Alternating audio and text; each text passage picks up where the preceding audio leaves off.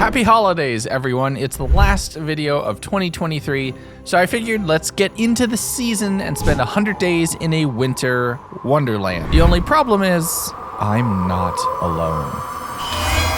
What? I've installed a bunch of spooky mods, and you know how badly I do with scary stuff, so this one's gonna be fun. I'm not gonna lie, I'm panicking a bit right now. What even? And hey, it might be a little late for the holidays, but I've made two brand new knit sweater designs, both really representing the channel. And probably the thing I'm most excited about, a collaboration with Keedra's Market to make scented candles that seem like the 100 Days videos. If you want to check them out, they're both available right now on the store or link down there in the description. But now let's get started and hope I don't freeze my butt off. Day one. And the start of this one is gonna be a little bit different because I decided to make it even harder on myself. I'm not only freezing to death, I can't punch trees with my fists. So I grabbed myself a little bit of gravel, getting some raw pieces, bashing those off a rock, and then heading over to where I could find some trees, breaking leaves, and getting very lucky with an early drop.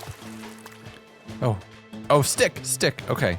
1, 2, that's the wrong knife. I made the wrong knife. Okay, so we had to reset a little bit there, breaking more leaves, hoping for a stick drop, getting another piece of flint, and crafting up the correct knife this time, using that to cut a little bit of grass to get plant fiber, to be able to make a flint axe to actually be able to chop some trees. And I need to hurry. That box in the corner, that's me being immune to the temperature, and that's only gonna last another 60 seconds at best. So I killed a few sheep that I could find around, both for food as well as wool, because I'm going to need a lot of that, making myself a wooden pickaxe and digging into the mountain, trying to get a space that I'd be able to heat up relatively quickly or I'm going to freeze to death. Oh, and you don't get cobblestone, you get rocks that you need to craft into cobblestone first. But I crafted that and then into a furnace, using that and cooking up the meat to be able to generate the heat that I would need so that I can survive here. I used the time I still had where I wouldn't freeze, going up for a bit more coal and getting some lucky finds. No shot. So I grabbed the waste stone, killed another sheep that I had found here, and then killed a snow cow, thinking that it might drop me beef, but just dropped snow. I mean, I guess the name should be a bit of a giveaway. But I was able to craft myself up the thing that I was gonna depend on a lot in early game, a campfire. This constantly generates heat, so I won't freeze. And I think my friends here enjoyed the warm temperatures as well. Are you friendly? You're not gonna try to eat me? But with that done, I grabbed myself some wood and a door, sealing myself in, and as the climate clemency cleared, try saying that 3 times fast, you can see that little snowflake? Get used to seeing it. I'm gonna freeze a lot in this playthrough. The next morning, I crafted up a few torches, and it's time to test how far out I can go. I ran across the river, making it all of 30 blocks, and was immediately freezing to death. But we need things like sand, because I need to drink water too, or else I don't regenerate health. So I grabbed 3 blocks, ran my way back home, taking multiple ticks of freezing damage along the way, and taking a few seconds to defrost, so that's something I'm gonna need to keep in mind. But that allowed me to smelt up enough glass for 3 bottles, which allows me to drink water, even though it's potentially slightly toxic. But as I was breaking the ice for water, I saw a few items trapped in the ice. And while the diamond was exciting, what I was really excited for was the leather chest plate. I crafted myself up a second campfire, thinking that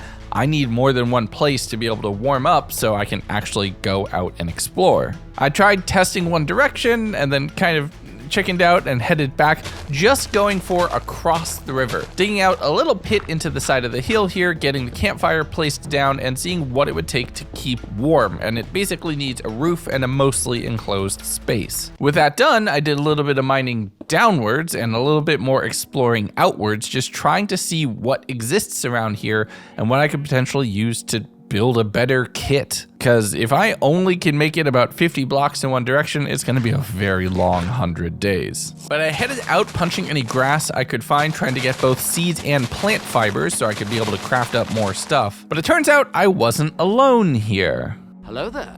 Well, that's a pillager. Oh no. I headed in the opposite direction and I found what I was looking for, some flax, which I can break to eventually craft up a plant that I can craft into string and then wool. I killed a few of the chickens that I found here and then ran back to my campfires, freezing my butt off. Oh my goodness. I can make it so much further. And if right now you're thinking, wow, this is a really lucky run, he's getting everything he needs. Well, allow me to quickly show you the 7 times where I died without that. Man, this is hard.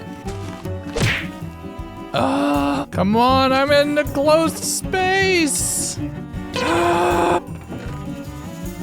This is too easy. It kind of defeats the purpose, I'm not gonna lie. No. Nope.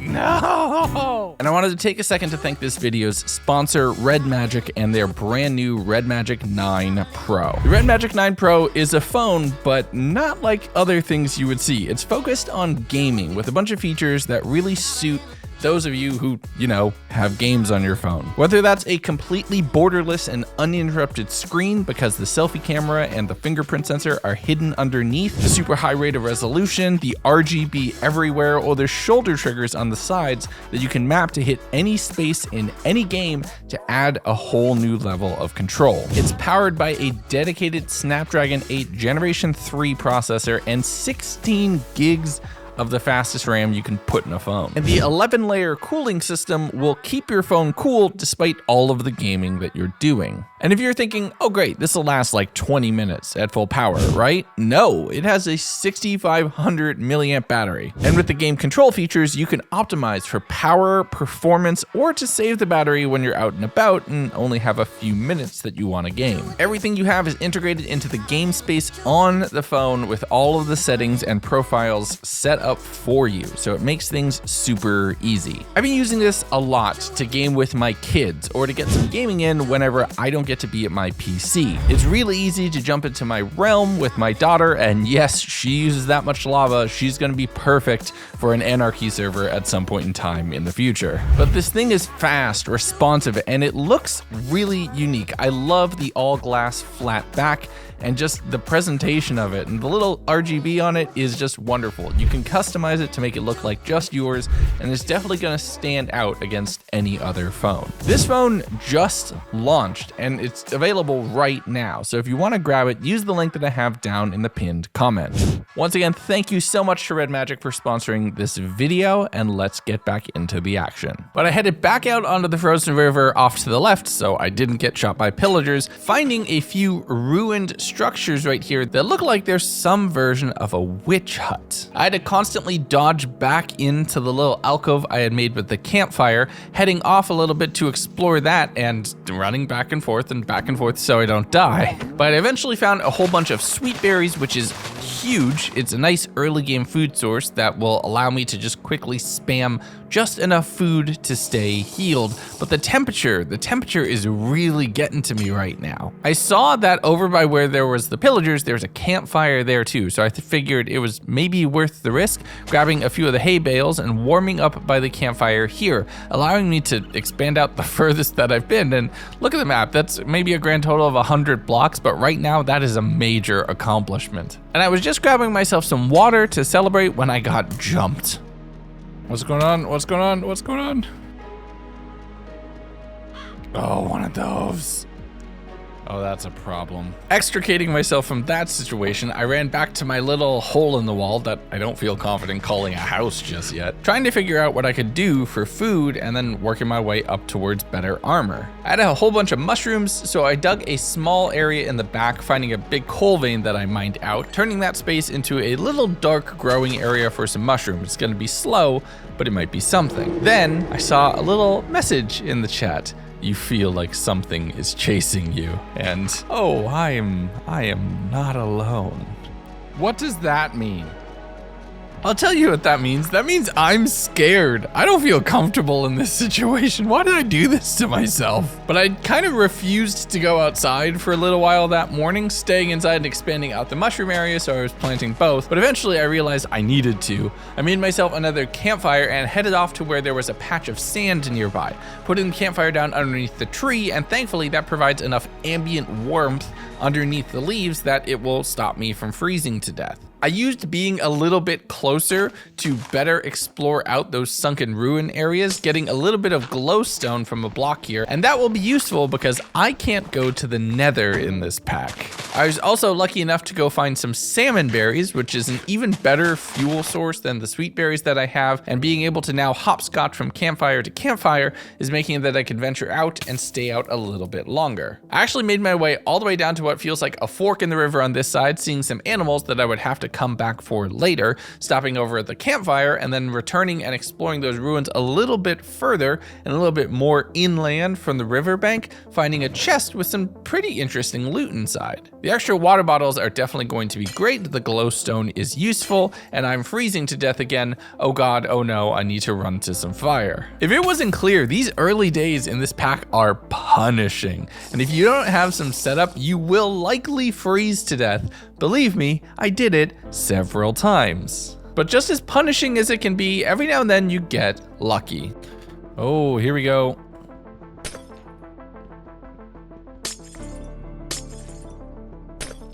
But I ran back home with my additional loot in tow, thawing myself out while crafting up a water purifier, which would allow me to drink water that's no longer dirty river water. It purifies things. Go figure. But as I cooked up some purified water bottles, I was looking out just trying to get a sense of what the mobs look like. This pack has quite a bit in it, so I'm not sure what's gonna take priority. And there's some interesting mobs that are definitely going to be a problem if I don't keep on them every night. Case in point, that graveyard mob right across the street. That thing is cursed and corrupted and will hunt me down. I made myself up a little bit of bread and some better weapons, dealing with a few normal skeletons, which are honestly pretty scary. Oh, summoner. And now you see why I can't stay inside. The mobs persist. They don't burn in the daylight. So if I'm not taking care of the threats around me, they will be always present. But with the 2 iron I had collected, I crafted up some shears and headed over and sheared the sheep that was close by. Right now, I'm mainly hanging around the sheep, just trying to get more wool from them, but the weather had different ideas. So I ran back into and blocked up my house for right now, making sure that I was fully hydrated, fully fed, and fully spooked by the noises that I was hearing here. Oh, I don't like that. I don't like that at all.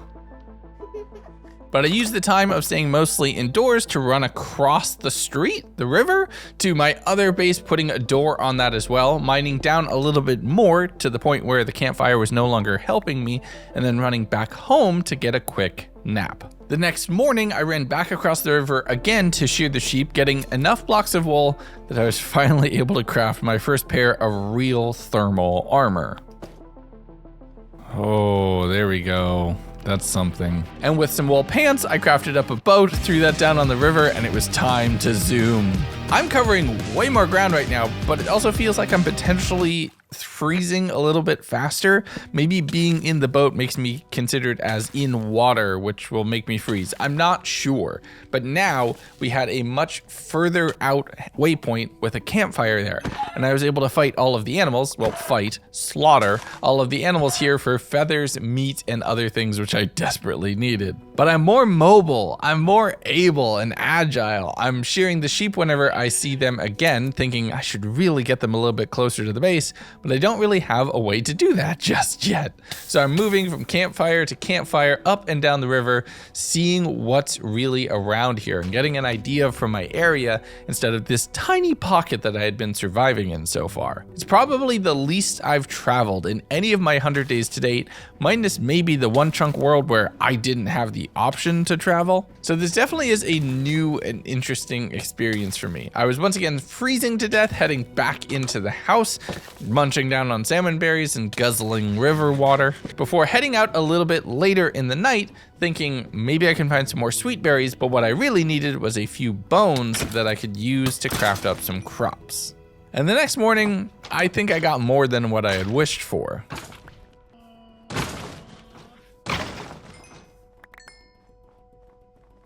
Well, that's massive.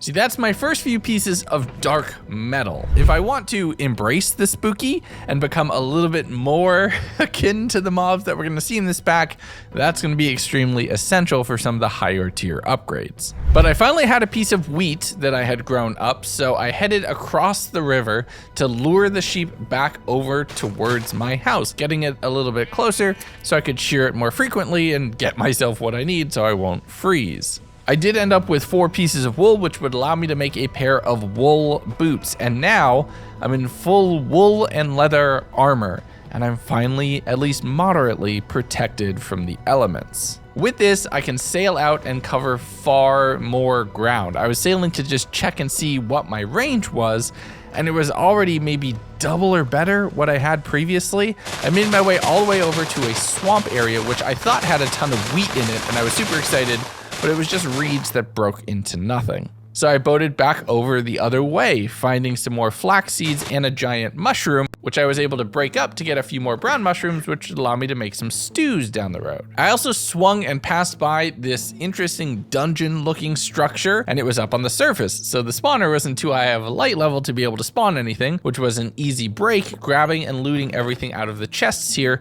which is a bit more food, some redstone, and some gunpowder. All good finds. There was also some bones just kind of sitting on the floor, and some emeralds if I wanted to do some capitalism. But being in full armor meant that, at least in the daytime, I can be out. As long as I visit a campfire every now and then, I can safely explore this area and I can finally actually start venturing out into the wild world, but it's not going to protect me from any mobs, so nighttime is super dangerous. So I started cooking some rotten flesh, which would allow me to turn that into leather so I'd be able to craft up some better armor and survive. The metal armors would all conduct the cold a little bit better and pull heat away from me. Leather is basically the best I can do for a long while. But as I was taking my notes, a blue moon rose, which meant that I was a little bit luckier. If I happened to kill any mobs right now, I'd basically have an extra looting level. If I opened any chests, I'd find better things.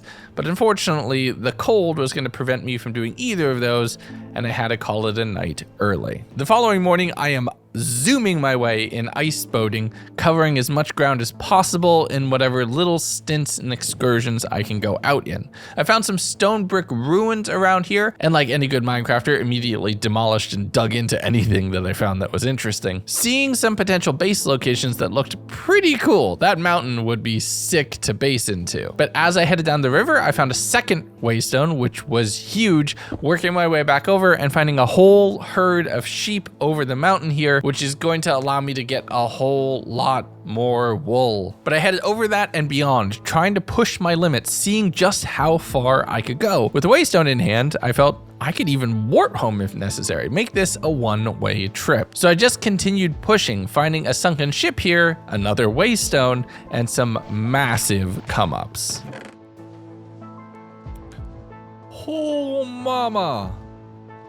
That helmet has thermal tuning. It's basically an insulation enchant, which greatly increases my range even further. Now I'm going to be able to go out and explore and actually conquer this world instead of just jumping from campfire to campfire. I looted the remainder of a chest, got robbed by a seagull, which is the worst mob. I am so glad it was not part of the mob vote. I would have killed it.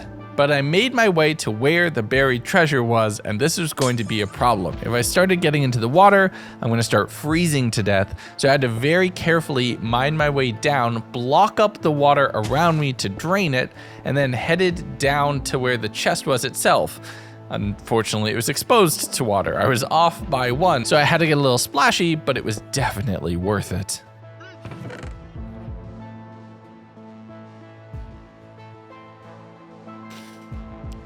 Goodness, there's so much stuff.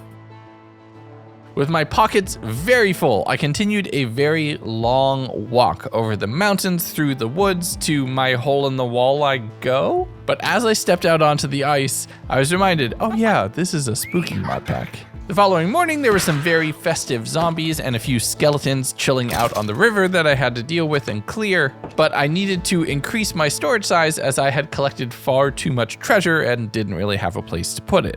I made sure to keep myself hydrated while chopping down trees because a healthy supply of wood is going to keep me alive, both in shelter as well as fuel. Charcoal is probably my best bet.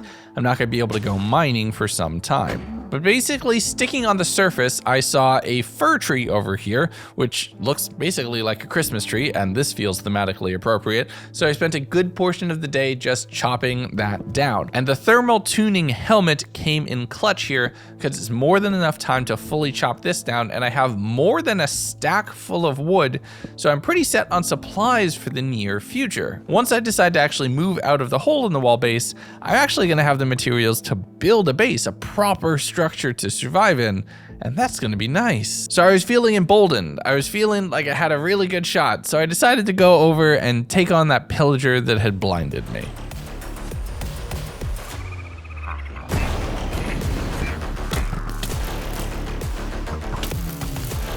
Oh my god. I did not think that through. Oh my god, I did not think that through. I thought I could just take him. I cannot take him. I'm not gonna lie, that's a little bit embarrassing. I spent the rest of the day just kind of in the house, licking my wounds, eating fish, and drinking water. Shame. So much shame. So the next morning, I grabbed some food and water, and I remembered that I had left my boat down the river when I went on my little excursion a few days ago. So I ran down the river to go get it. I know I could have just crafted another, but this boat is mine. There are many like it, but this one is mine. But instead of heading home directly, I figured I'm already out here, I'm on the ice, I got my boat, let's do a little bit of exploring. I sailed around finding a staircase down to a zombie crypt underground, which I know could have a whole bunch of loot, but my normal strategy of using water won't work down there in these temperatures. So I marked it and then continued looking around, finding a little snowy bridge and then a ruined nether portal. And like I said, I can't go to the nether in this mod pack, so this is my only shot. I was really hoping for a bit of lava right here. That would have been huge, but I struck out. There was, however, a nearby structure, a pretty well built out one that had a few zombies guarding it around the area, but some really decent supplies within. There was some cakes, a little bit of food, water, some campfires, storage space. This seemed like the perfect opportunity to potentially take up residence here.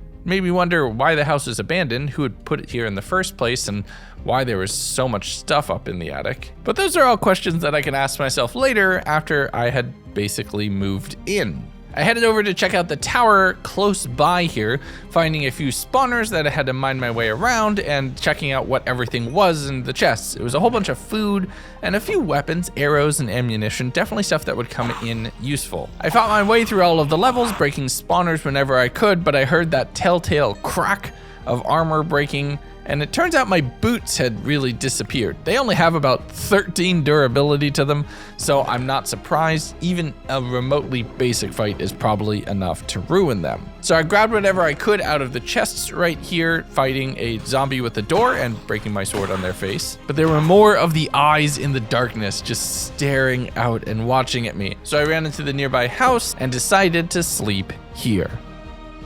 The next morning, I thought, let's do a little bit more checking in the area. There was what looked like a potentially ruined portal right outside of the base. It had a bunch of crying obsidian, so if I need that for the future, that's where I'll get it. But without my boots, I'm starting to freeze to death almost immediately and being outside again. Almost like if you step on snow, it's cold. I hid in the fireplace, making myself a simple pair of basic leather boots, hoping that that would do the trick, and using a bit of the leather that I found here to craft myself up a canteen. One of these holds 5 drinks of water, so it's much more inventory efficient. I headed into the woods, finding another structure of this little area, and it turned out to be some sort of armory. There's a bunch of blast furnaces, coal, iron, and some armor hidden inside. And while the first floor was very freezing, the second was a little bit more temperate with some food and supplies hidden inside there and the attic. I grabbed whatever I could out of the chests and then saw, amazingly, lava in the furnace directly out front of the structure. I immediately made myself a bucket and grabbed that. This is going to carry me through this 100 days kicking or screaming. Most likely both, let's be honest. But with a whole bunch in my pocket right now, I dropped off a bunch of stuff in the chests there at the house and then sailed my way over, trying to ice boat for a bit and then having to run over the mountain. And thankfully, whenever you're freezing, you can just hold a bucket of lava and be warm, be perfectly fine, actually. Not burst into flames or anything. Minecraft makes so much sense. But I made my way over the mountain, over towards my hole in the wall, and slept there. And believe me when I say it, this lava is going to make me survive. Oh my goodness, it does work. If I hold lava, I'm fine. Which is a weird sentence. But with way better temperature controls, way better in the way of maintaining fluids, I headed over towards the house, plopped on another waystone here, which immediately makes a marker for myself, and then just took a look around what was here, trying to see what was in the area. There was this ruined structure relatively close nearby that basically just had a whole bunch of rotten flesh and a hoe inside that can be turned into leather, so it's useful. And I went over and just double checked that the ruined portal didn't have anything. But I did see the very top of a pillager outpost off in the distance, so I went to head over to there, checking out all of the contents of the chest on the roof there and leaving the golems and other mobs to kind of fend for themselves because I didn't want to die. They were really hurting me. Oh no, they're following me. I was able to give all the pillagers the slip, running back towards what is becoming my new home and doing a little bit of inventory management. It's going to take a while to organize everything as these things are very messy and there is a ton in this mod pack. We haven't even gotten into cooking yet, y'all. It's about to get really complex. But that night, I just wanted to see what roughly would spawn. It was snowing, so snow layers were accumulating everywhere, and it was spooky. It was quiet. Too quiet. A lot of Endermen. The next morning, I took a bit of the iron that I had been hoarding to this point, making myself a sword and pickaxe and smelting up some wood into coal to be able to make a whole bunch of torches because it's time to head over and take on the crypts.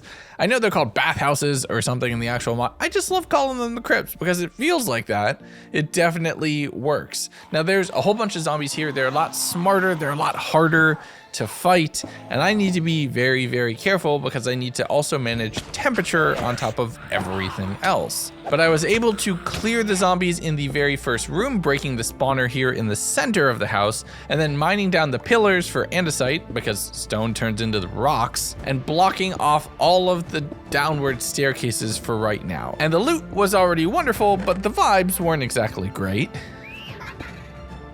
Oh, what was that? So I headed down a little bit deeper, trying to work towards one of the first spawners, get it disabled, but I immediately got overrun.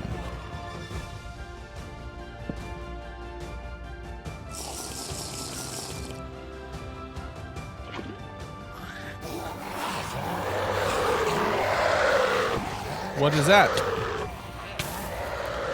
Wait, what? Did they turn into... What? Can I not use lava to kill zombies? Oh no.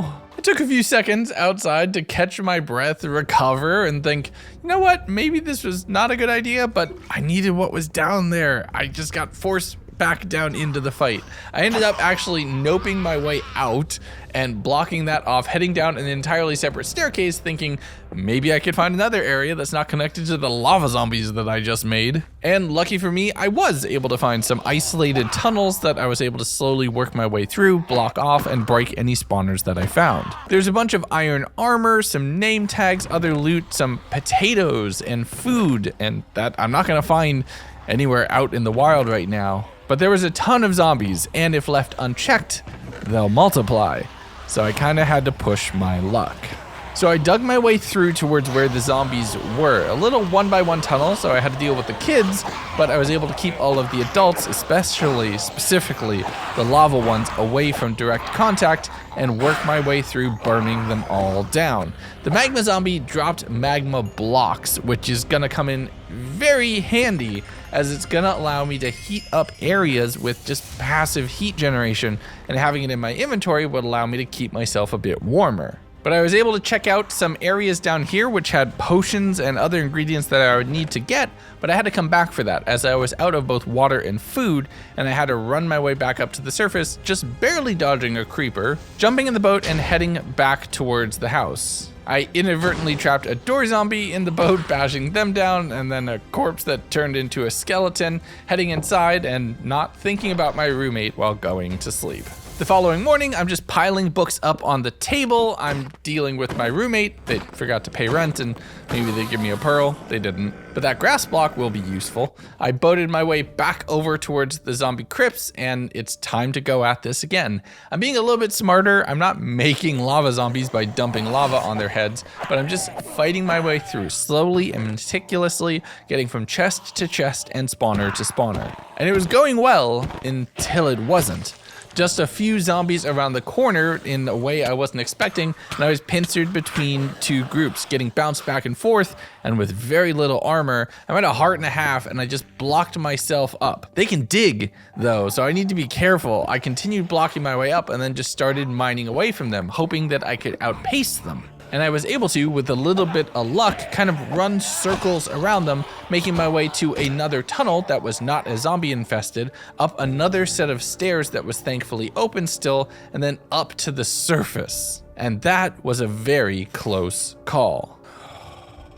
That was almost super bad. Whoa, whoa, whoa, whoa, whoa, whoa, whoa, whoa, whoa, whoa, whoa. What was that? What was that?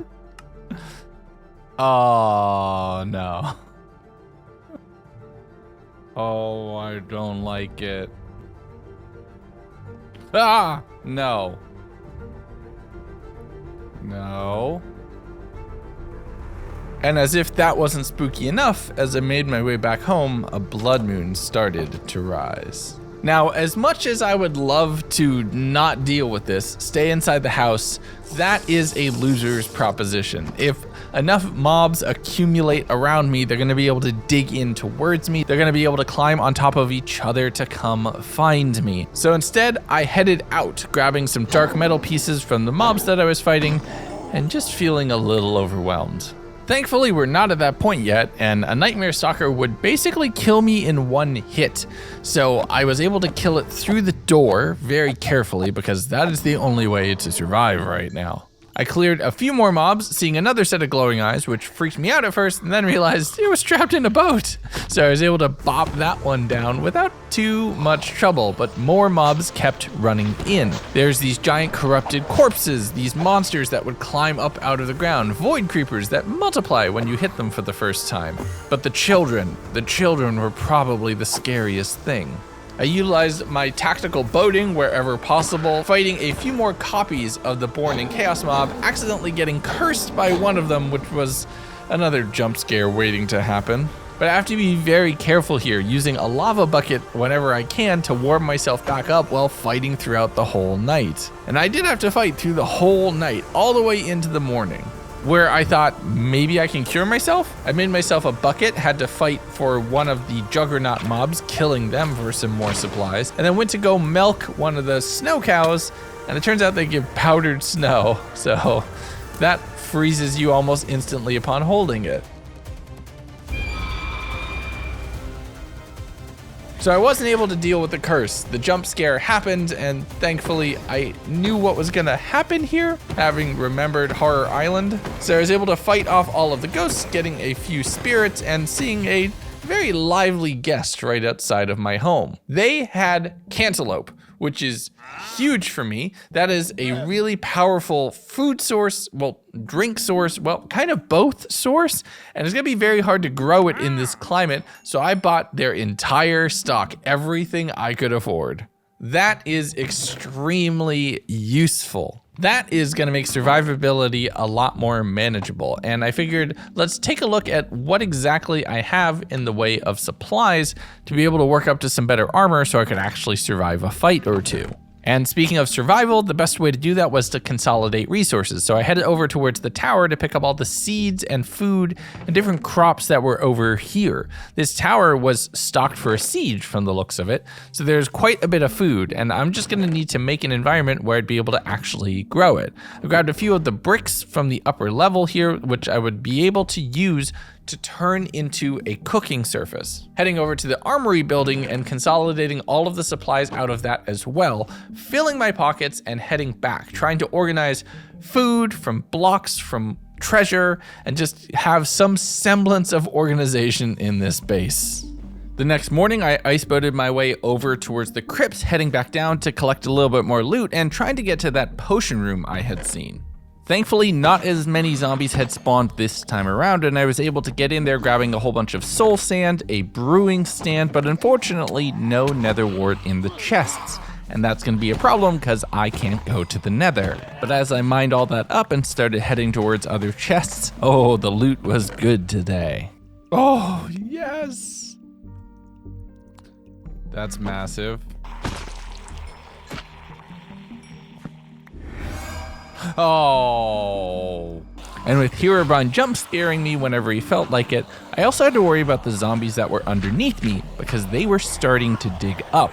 If I fell down into that mob, I was almost certainly dead. But I also couldn't just leave them there, so I dug down to see kind of roughly where they were, and then headed out and around through another staircase trying to get behind them and block them off to be able to take out the mob without having to worry about dropping down into them. I did eventually find the horde, staying back, keeping my distance, using an axe to crit everybody out, and kind of getting pinched in a corner at one point in time. I actually had to run through all of the zombies, getting down to about half health and just booking it.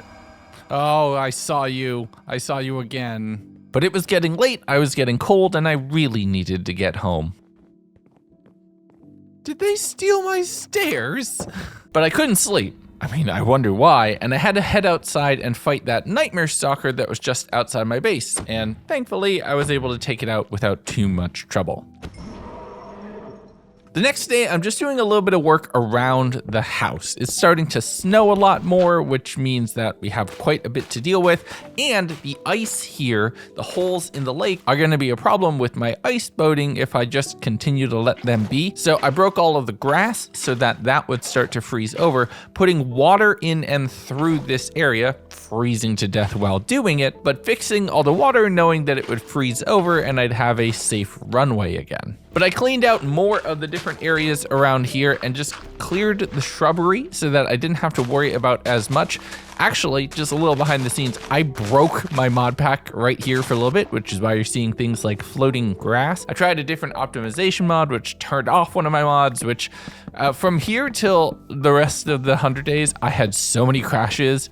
It was insanely frustrating, but it'll get fixed in a little bit. The next morning, all of those stairs that had disappeared, I thought it was because of Herobrine. It was because I broke the mods. I ran over towards the armory building near the house, grabbing a whole bunch of stairs from there to repair the damage to the roof so that it was actually covered and I wouldn't have snow piling up right in front of my house. From there, I was just recouping on water, putting down torches to fix the glitch ground that was in front of the base, and making myself a brand new water purifier so I could once again purify water here at home. But we are halfway through spring at this point, and at some point in time, especially in the later seasons, we're not going to be able to grow food anymore. So I have to start working on that now if I'm going to survive the winter. So I started working on building a little greenhouse structure that I can cover up, warm up inside, and grow crops in safely. And as I was continually freezing and running inside, I noticed that my hat was almost broken. Oh my goodness, I just realized.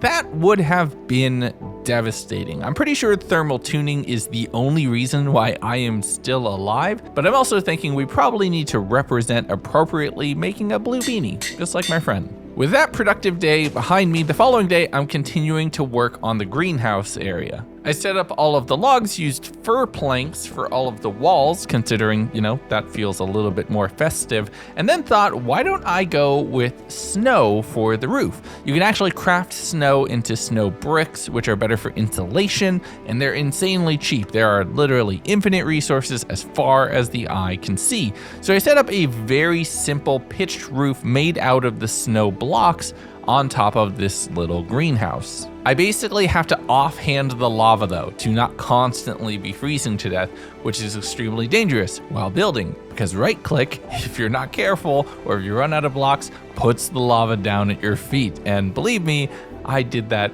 quite a few times. But honestly, that was a simple day, just doing a little bit of building, making myself like a little igloo, a little greenhouse, and one nice calm day in this very scary spring.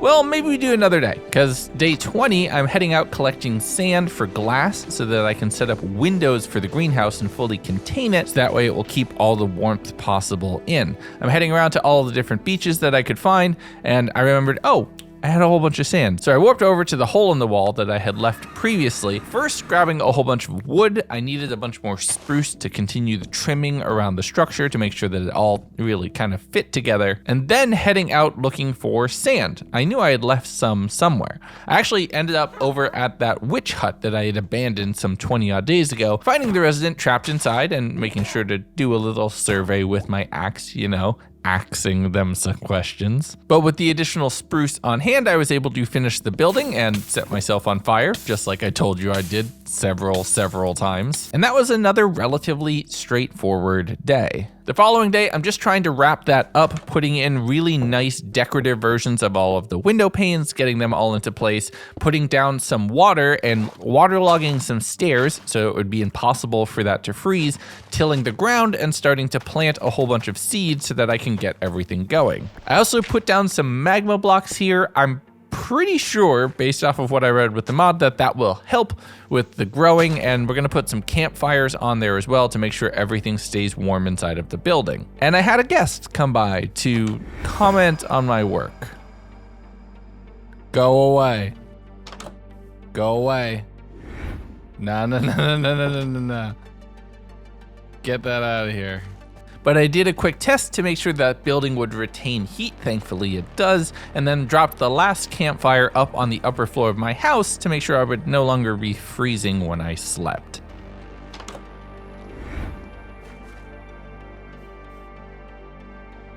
All right, get back here. Oh, I was ready to fight. Overdue for a fight. Oh, I'm gonna regret that, aren't I? I am almost certainly going to regret that. I started by purifying a little bit of water, making myself some new wool boots, which will help me maintain heat a little bit better, and then thought it's time to actually start eating well. Bread is only gonna get me so far, but I need to make a cooking pot for that. First, I made a stove, dropping that down, which will now heat the bottom floor of this house 100% of the time. And then I need to head out searching for some clay. Oh, God, I hate it. I hate it. I hate it. Yes, I do panic pause whenever I get jump scared. It just helps. Hey, if you could stop time and you got scared, you do it too, okay? But I eventually found a few clay blocks, able to get that home to make the bricks that would allow me to make a cooking pot, and I could start into the actual proper foods that exist in this mod. I made myself a pan, and while it would be useful for bashing people, if Rapunzel taught me anything, I'm mainly just gonna use it for cooking. Boring, I know. Get out of here. Nope. Oh, I hate it. Oh, and then the giggling over here is a problem too. I busted down Herobrine's signs. I am not having this, and decided to use it to keep track of the days without spooky. I'll go back and edit that whenever it happens to change off of 0. And you know how I said I was gonna regret saying that I was overdue for a fight? A blood moon rose, and a whole bunch of mobs are gonna start spawning in my area, and worse yet, it started to snow. So I wasn't gonna be able to stand out here without holding that lava bucket in my offhand. Now, it's not entirely bad. Some of the dark metal and really born in chaos mobs were spawning, and I needed the supplies from there if I wanted to progress in this pack. But the eyes are what you have to be careful about, especially in the snow. They move fast when you can't see them. Where'd you go? I saw you. Oh, come on. I saw you. But I fought through a good portion of the night, only set myself on fire once directly out front of my house, and I'm gonna burn this place down if I'm not careful. But once I was out of water and at half health, I just kind of camped inside and hoped the blood moon would pass. It was still early in this 100 days, so that's a viable strategy, but it will not stay that way for forever. Day 23, I increased the GUI size a little bit. I meant to do that at the start of the video, so sorry if you had to squint to see what I was doing at the very beginning. But it's time to get into proper cooking. First, I turned some of the bread into toast because you can do that, and then I grabbed a whole bunch of bone meal from all of the mobs that I had been fighting to go out and grow the crops. Everything is slower here in the eternal winter, but even more so when stuff is out of season, at least in spring. In some of the later seasons, crops just won't grow. They're gonna break. So I need to stockpile food now. And stockpiling food probably includes food with legs. So I started making myself another structure, just some very simple wooden posts and some snow walls around, which would contain the mobs inside, trying to set up a very simple roof of wood that I could lure mobs over to here. And I think Herobrine was excited with my determination to survive this 100 days. He kind of came and told me so. Oh, God. But through the rest of the day, I got the animal pen basically set up, had to deal with a few eyes that were chasing me in the darkness. Oh, that's concerning. But when I went to go sleep, I couldn't. Monsters were nearby. So I did a little bit more fighting, finding a sheep just kind of chilling out here by a tree and leading that back towards the pen, my very first real animal. And since I was already out, I just kept going through the night despite whatever would happen. Oh, come on. Getting to Pig's home right as it rolled over to day 25. Where I wanted to continue this and just see if I could stockpile and start setting up a proper farm as we were approaching summer. I found 2 chickens and then a third, getting them all leads and getting them stuck in, accidentally burning one to death with the lava, you know, as you do. But I was quickly able to replace them starting to breed animals together so that I could start working on some high protein diet. But I remembered seeing some cows over by the pillager outpost, so I ran off in that direction, leading all of the cows and then having to run away from all the pillagers with crossbows. Does this make me a cattle rustler? I think it might technically make me a cattle rustler. But I was able to get most of the cows in at the cost of one of my sheep, Burn. Calling it a night as we moved into the final day of spring. Here, I'm first just trying to take care of all of the animals. I'm purifying some water so that I can drink a little bit more. Made myself a second canteen to be able to double up on my water supply, and then warped over to the hole, just grabbing the final bit of supplies from over there, as I'm pretty sure this is one of the last times I used the waystones, as they're about to get way more expensive. But I stockpiled all of my food over on one side of the house, and I really have a decent bit, but not enough to last me 75 days. So I'm gonna need to act fast during summer. But it was as I was doing all of this organization that I noticed something about the house I'd been living in for the past few weeks. Wait a second.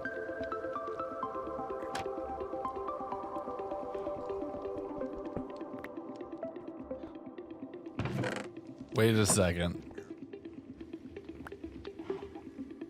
Oh, there's something down here.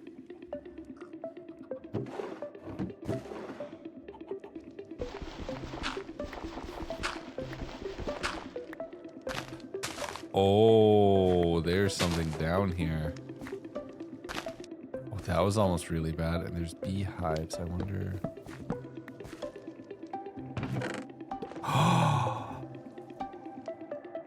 Protection 3. Oh. That's so good. That's so good. How did I not notice this? I'm just gonna put that back. I can't believe I didn't notice that. I've been living here for 25 days. Well, 20 days. Took me a while to find this place, but that's massive. As I headed out, I wanted to make sure that the greenhouse would actually work well, and I was concerned that the snow roof might not be considered an actual insulating block by all of the mods. I'm not sure how well they work together, so I built a quick interior roof for that, and then right to end the season perfectly, a super harvest moon rose. That meant all crops would triple their yields, which was huge for me trying to stockpile. So I grabbed all of the bones that I had, converted all of that to bone meal, and then spent quite a while just growing all of the crops I had: carrots, potatoes, and wheat. They were all slightly out of season, but thankfully with bone meal, you can force the growth, at least right now. Oh. And with jump scares aside, I just exhausted my entire supply of bone meal, went in to drop that off, and then fought off a few mobs around the base, seeing multiple pairs of glowing eyes, and being afraid if it was nightmare stalkers or skeletons or raccoons, and I have way too many mods with glowing eyes in this pack. Oh, it's a thing, isn't it? But I kept kiting mobs around on the ice for a little while, dealing with those directly around my base, before heading upstairs and calling it a night as we moved into our second season. And then with that, it was the start of our first season change. We're gonna have 3 of these every 25 days, and each one comes with new rules and additions to the world. So let me in the past explain. Okay. Welcome to summer. So I fixed the mod pack. The stairs are back now, and that's all good. But it's gonna be a little bit warmer. There's gonna be a little bit more daylight, like days are slightly longer. And most importantly, our food can grow. So we need to do everything we can to grow all of this as much as possible, as quickly as possible. Because if we don't stockpile food for the winter, we are most likely gonna die. So this is gonna be tricky, and we need to get to work.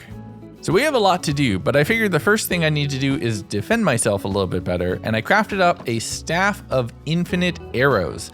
This will allow me to have range combat without the very, very limited bow shots I currently can do. I grabbed myself a little bit of water, bred up the animals, slaughtered a few, and took them inside, chopping that up into hamburgers, and then seeing what I can cook with that, including some very nice beef stew, which is gonna feed me immensely better than what I could previously. I converted some of the milk into bottles, and I used that to make some stuffed baked potatoes as well, so I'm gonna be eating good.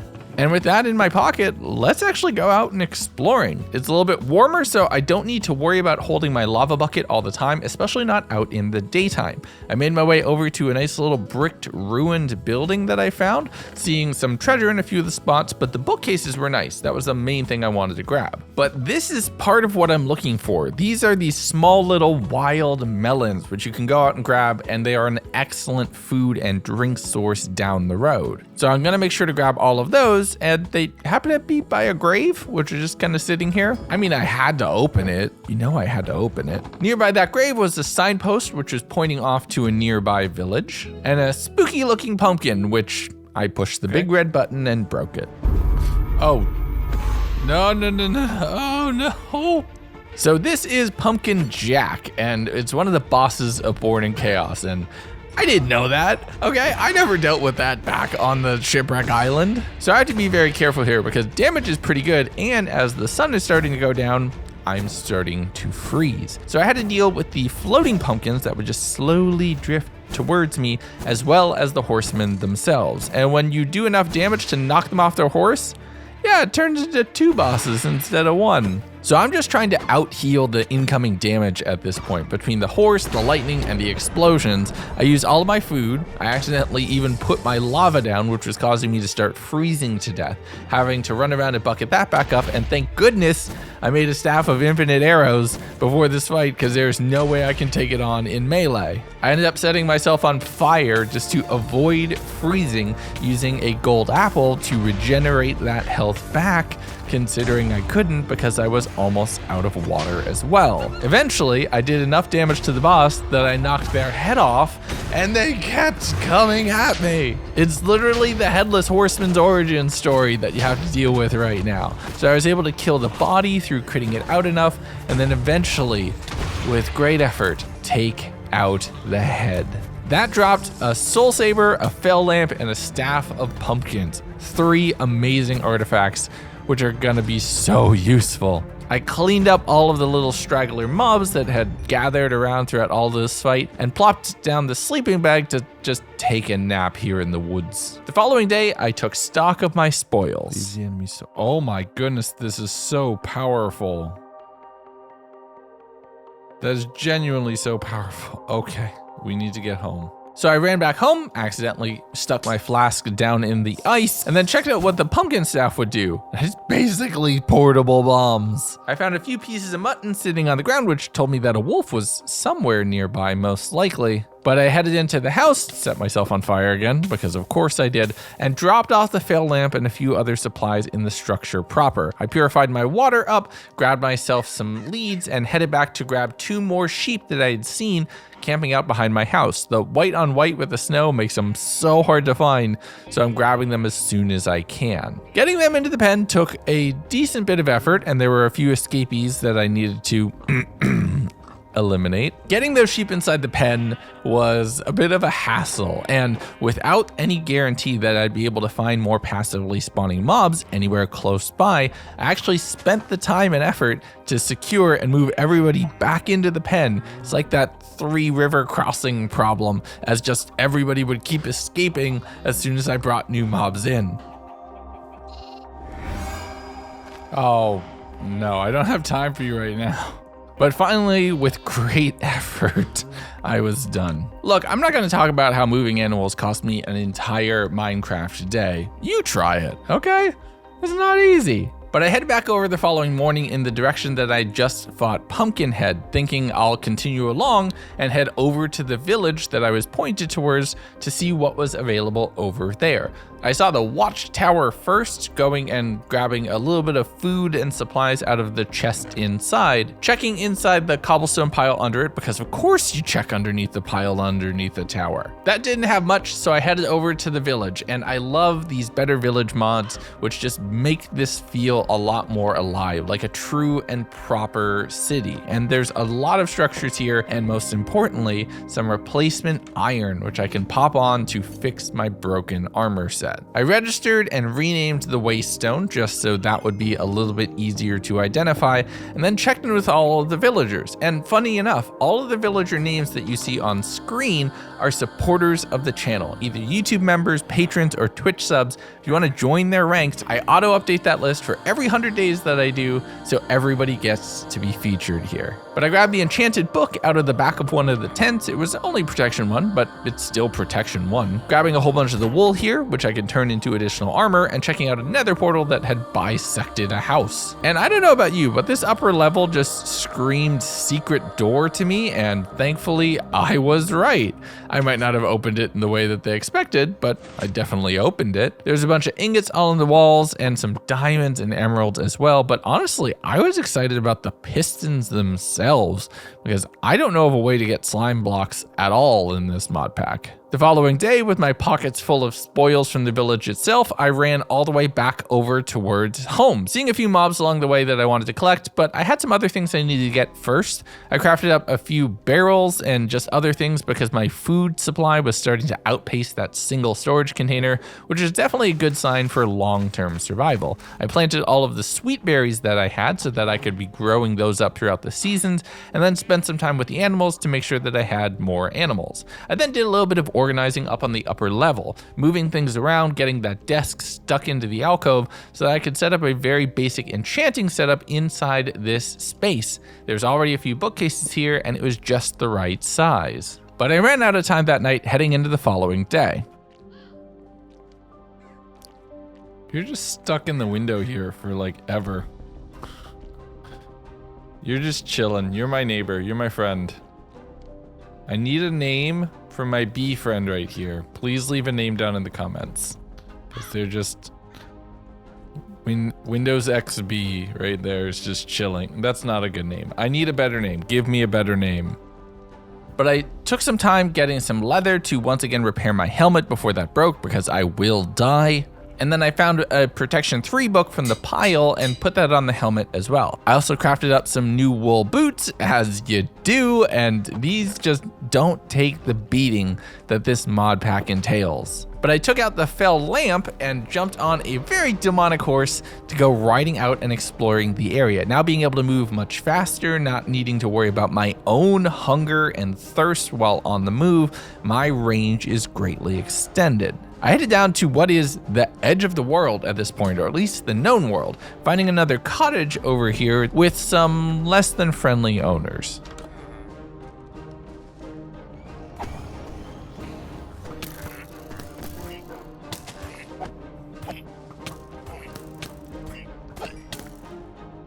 Totem of Illusion. I don't know what that'll give me. With a suddenly recently abandoned house, I went and did some exploring. I grabbed all of the potion ingredients, which are so useful, including the brewing sand itself, trying to figure out the sound of the villager down in the basement, and I did eventually find them. Hello, friends. Be free, Brian. Be free. Oh. Don't mind my hellspawn horse. Be free, Brian. Be free. I think Brian likes to sell. But I marked off the location for right now, jumping back on the horse and just continuing south, wanting to push out into the wild blue yonder to see what else I could find. I made my way into a little bit of a little cul-de-sac of ice, surrounded by woods on all sides, and things looked a little spooky. Ow. Ow. Oh, those are wither roses. Thinking that that's probably an interesting place to go explore, I had myself a little napsies out on the lake and then headed out the following morning. Oh, I don't like that. Oh, I really don't like that. But I tried my best to power through the whispers to grab this netherwort block. It is probably my only chance at getting netherwort at all in this entire 100 days. There were 2 by the tree, and that is huge. I made my way through the brambles and the somewhat corrupted woods to another armorer structure where I was able to get a whole bunch of iron and some cooked food, and now that I had a bundle, I'm able to hold a bunch of disparate things together and be far more efficient on my inventory, even though it is very, very full. I grabbed everything I could find useful that I could fit in my pockets, marked the location for later that I'd be able to come back and complete looting, spoiler alert, I don't think I do, and headed out through the woods to fight a few murder clowns and check out their very spooky carriage. Nearby to that was another house that was another model. Maybe they were working off the same designs as what they had here, and this time I knew to go check the basement. I looted everything useful from here, getting a whole bunch of different food and supplies, some upgraded tools and weapons, and then heading down, getting a whole bunch of gold and some additional TNT. And it makes me so nervous thinking that I was living on top of that when I wasn't paying attention back at my original copy of this house. But I continued through the evening, finding another block signpost pointing me at another village and heading off in that direction, holding lava to keep myself from freezing to death. I got to a somewhat open field and had to fight my way through a bunch of mobs. Zombies were chasing me, there were the ghosts and spirits, and a few nightmare stalkers, which, with this sword and a little bit of knockback, I'm able to kite my way around and not take a hit from unless I get a little careless. Oh. But I made my way to the village, opened up a door, and kicked a child out of their bed. Day 32, I jumped on the fell horse and rode them back towards my base. I'd done a pretty much perfect circle. The village I had been pointed to was actually the village that was down close to my home. I spent some time emptying out all of my pockets into the already very full chests. Organization is going to be a bit of a beast here. I put a backpack mod in the final mod pack for you all to use, but I wanted to limit myself. I always make storage a bit too easy, and I figured making myself make hard choices would keep this one interesting. But I tried to increase my storage a little bit by just dropping another chest on the pile, as you do. And then spent a bit more time out in the garden using bone meal to rapid grow some tomatoes so I could start looking into some pastas and additional foods which will feed me even better. I started with some kebabs just because that was the easiest thing I could make without cooking, setting a whole bunch of tomatoes to turn into sauce overnight while I called it and woke up the following morning to start seeing how I could make even more foods. I would have to grind up wheat into dough and then turn that into wet dough to be able to make the noodles that I want for the pasta, but I can do that with a millstone, which is going to be a lot easier to get to. I headed out trying to find some andesite, which is going to be a little bit difficult actually, because I think with Create, it mainly spawns underground, and if you remember, if you break stone or any of the blocks, it doesn't drop the block, it drops rocks of that flavor. So I headed down into the zombie ruins thinking maybe there's some andesite exposed on the walls, they use that as a decorative block, but it was all the polished variant, so none of that would work. So instead I just started digging into the side of a mountain, but once I had gotten maybe 10-15 blocks in, okay, maybe that's a bit of a strike as well, and I'm gonna have to take this a different way. I headed over towards the gravel area where there were some giant pits down into the ground, a lot of exposed stone, and maybe that would be a way that I could find some andesite relatively quickly. And unfortunately not, until I started looking underneath the water and seeing some down there. Now getting into the water in this mod pack isn't exactly smart. You'll take a lot of cold damage very quickly. But I'm holding a bucket of lava, and logic works like that, okay? And I didn't even find andesite. I found some diorite down there, which I was able to craft up into diorite blocks, and then combine that with cobblestone to craft andesite. Did you know that you could craft andesite? You can craft it. I don't know why you ever would, unless you're using the Create mod, but I did. That night, as I was heading home, I dealt with a few of the pigs around base, just slaughtering them for pork chops and dealing with a few phantoms that were killing me and annoying me as they had spawned on the full moon. But I was able to make my way home, take a quick nap, and the following morning it's time to get into the Create mod, or at least the little bit that I actually can. Without nether access, you'll never get access to blaze burners, which mean mixers won't work, which means you'll never hit the Bronze Age. If somebody makes a mod that allows that to work without the nether, please let me know and I will add it to this pack. But I stripped up some wood, made the andesite casings, and then made myself a millstone, having to set it up outside because there's no room in the house. It's actually kind of cramped right now, and it's only gonna get worse as I do more storage. I made myself a water wheel and set up a very basic space where the water was just running underneath it because I'm pretty sure it's gonna freeze if I try to do anything more interesting than that. But I set that up with a few gear transitions, just trying to have it be the slightest bit faster than what it is currently, setting up the millstone and dropping some wheat into that so that I could get some dough as it cooked overnight. While it did the grinding, I did some grinding, finding a few mobs surrounding the house and making sure to clear them out as I'm not letting too many spawn. If they hit a critical mass, they're gonna start hoarding and swarming on my base, and I don't want that.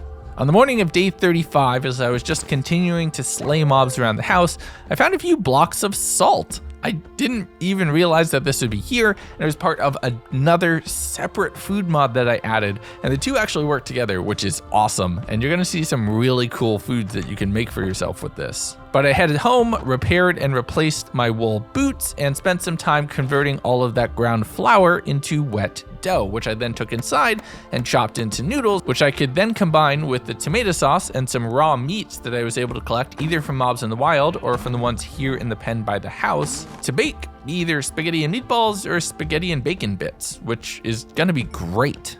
I crafted up a whole bunch of shears, 8 pairs, because there's a recipe in the pack that allows you to take the netherwart block and 8 pairs of shears and get 1 nether wart. It's a big resource investment, but it is the only way to get it since you can never really get to the grindstones. With that, I headed over to the greenhouse, harvested my very first and potentially only melon, planting a few sugarcane by hiding some flooded water underneath the walls of the house. And that was a productive day. I'm a much better chef, and our greenhouse is starting to actually come along pretty nicely. Day 36, I jumped on the horse and started heading off in a new direction to go explore around the world. That's the main way I'm going to be able to get new supplies and resources is from looting other structures, either abandoned or soon to be abandoned once the inhabitants are killed at my blade. I found another illusioner house, which had another bundle hidden inside, which was great, a whole bunch of emeralds in the attic, and a graveyard nearby, which I was able to loot for a bunch of amethyst, cobwebs, and leather. There's also a lot of bones, and bone meal is super important for this cooking, so you know I'm collecting all of that. I headed out to the point where I was on top of a frozen ocean, ice as far as the eye could see. Once I crossed that, I made my way into some slightly spooky woods to an even larger version of the graveyard, guillotine and all. I checked out a few of the graves here, the exposed ones at least, getting some redstone and other supplies, including some really good foods. But as it turned night, there were far more zombies here. Gee, I wonder where they came from. Couldn't be attached to the exposed graves at all, right? But I actually figured out that I had potentially lost one of my canteens along the way. So I went and jumped over the hill, slept in my sleeping bag so fewer mobs would be spawning, cleared out the stragglers around my spawn point, not knowing where anything had gone, and I'm filling the canteen just off of random, slightly blood-colored water in the river. With that, I went and explored, finding a bunch of anvils over at the guillotine. I mean, I guess that is the Minecraft version. Getting a few more nether wart blocks, which were used for decoration here, but are really big wins for me. And some of the higher tier, higher class graves definitely had some useful loot inside. But I really have to be careful because with all of these different types and so many items in my inventory, item management and bucket safety are paramount importance.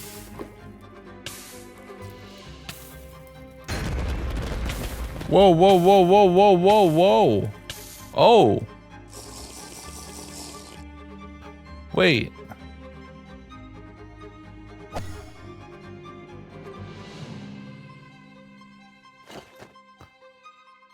Oh my god, I'm so stupid. So I wasn't insanely stupid. Those totems do pop at half health instead of full. I had no idea about that, so that was a bit of a jump scare. But I'm way under max health at this point because I don't have food and water to be able to fully restock, and the water's a bit further away. So I just continued with my looting, grabbing whatever I could. Once it started to snow, however, that was my signal to get out. I'm freezing to death just standing here, and I took the entire night holding the lava bucket in my hands at all times just to make it back home, which I couldn't even sleep because there was nightmare stalkers prowling around the premises and a whole bunch more mobs to deal with. And all of them swarming and attacking me is one thing, Herobrine just constantly walking away in the periphery is a whole nother.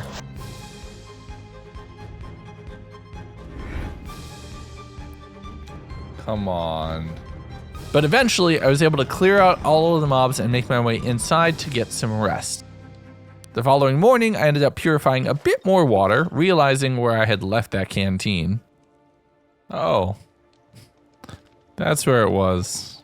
I left it here. Killing an enderman outside of my greenhouse before going inside and finding that my nether wart had fully grown. Now I could really ramp up on production of this, so that was huge. Once inside, I was looking into other things that I could craft with all of the supplies that I had, specifically looking into the dark armors and the nightmare armor set. It's basically an upgraded higher tier version of leather, so it'll provide the same insulation levels that we would have in other armors, but give me a whole bunch more survivability and some really cool skills. The only problem is it needed a nightmare skull and a whole bunch of dark metal. I took 2 piles over towards the armorer, smelting that up into 2 ingots and getting my first piece. Oh, that looks awesome. And if I'm gonna want more, there's no more sleeping through the night for me right now. I'm gonna have to go out and fight all of these mobs. I spent time searching around, mainly looking for the ones that had dark metal potential drops, but fighting anything really that got a little bit too close. At one point in time, I did get jump scared by an armor break sound effect, thinking, oh no, I'm in danger now. But thankfully, it was a pair of boots, not my helmet, so I was okay.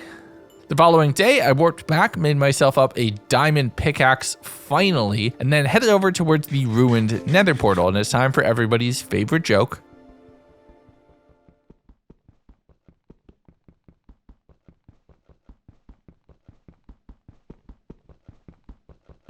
But with 4 pieces of obsidian and a whole bunch of bookcases that I had been collecting over time, I was finally able to make myself an enchanting setup. Now it's not max tier, but it's something. And with no ability to wear higher tier armors and having to keep to the insulating ones, I'm gonna have to rely on enchantments to make up the difference that I'm not just gonna get ganked by a nightmare stalker without warning. I repaired up my beanie so that I'd be able to retain the thermal tuning enchantment, and then made myself a whole bunch of bottles and started brewing myself up some apple cider. This did require harvesting honey from all of the beehives around the house, either on the ground or built into the roof, but the bees were kind of too frozen solid to notice, which allowed me to have a lot more sugar so I could be able to brew this up. And they basically act like golden apples without the regeneration, but that's still huge. Day 40, if we're gonna do more enchanting, we're gonna need lapis, which means it's finally time to go caving.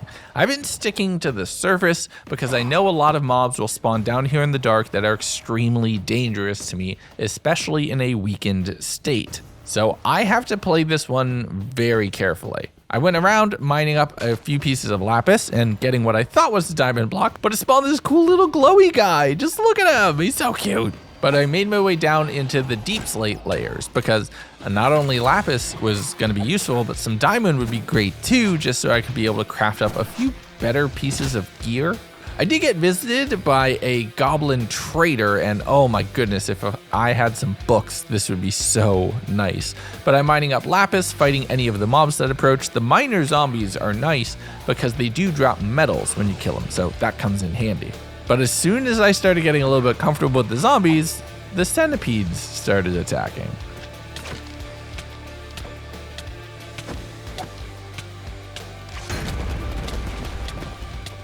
Ow.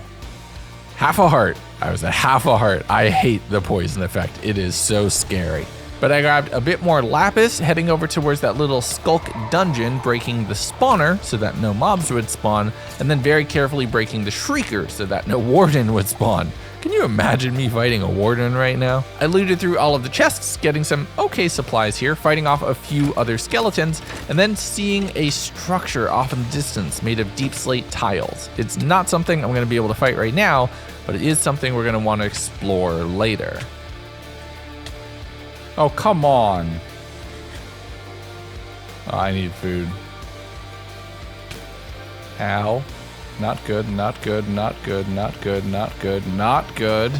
I actually had to end up using the water to climb up as the walking pathway was covered in skeletons, and with no water in my canteen, meaning I couldn't drink, I couldn't really heal, so I was very close to death at this point. That's why you started seeing that totem on the hotbar, just in case. But I slowly made my way inside, took a quick nap, and the following morning we're kind of in recovery mode for a bit. I spent the first couple minutes of the day just restocking on food and supplies before heading back down underwater, fighting off a few of the more basic mobs and using my bow, not remembering that I had a staff of magic arrows. I don't know how I forgot that at the time. But there was another millipede and I was not having that, not without some better armor. So I ran upstairs and crafted myself up some nightmare boots, a second piece of my really cool armor set. I couldn't make the others without even more dark metal, so I figured let's take the lapis that we already have before going underground and do some basic enchanting. Getting protection 3 on the chest plate and some very basic protection enchant on the pants and some upgrades to the bow itself. I'm mainly going with that right now just because it has burst damage because of the power enchantments, and I don't want to die. I dug my way into the slightly skulkified dungeon, focusing first on the Shrieker as I was starting to accumulate strikes, thinking I'd just tank whatever spawned, but the Creeper decided to help me out a little bit and take out both. I looted the chests here before looking down, seeing a crypt or study or experimentation chambers. This was another of the graveyard structures, and it's a mod that I know I keep getting into but haven't completed, but oh, do I just love the vibes down in these structures filled with crypts and tombs and traps. It's wonderful. Chef's kiss, 10 of 10, no notes. And that's mainly because the loot is amazing. But I worked my way through all of these tombs, getting anything useful from inside. That's mainly amethyst, emeralds, and the dark metal ingots that are here. Oh, another god apple. I have to be careful with the pillagers that are around here, mainly so they don't overwhelm, as they do pretty significant damage, and there are 4 spawners right there. I just ran my way into that room, throwing down torches on everything and then starting to break them, heading from one area and wing and chamber to the next, grabbing all of the supplies and working my way through, putting down torches as I go. I made it to another gate that was blocked off that they couldn't come out, but I could swing through, cleared mobs in this immediate area, and then took care of the spawners on the other side. But did I mention I just love the puzzles and secrets in this space?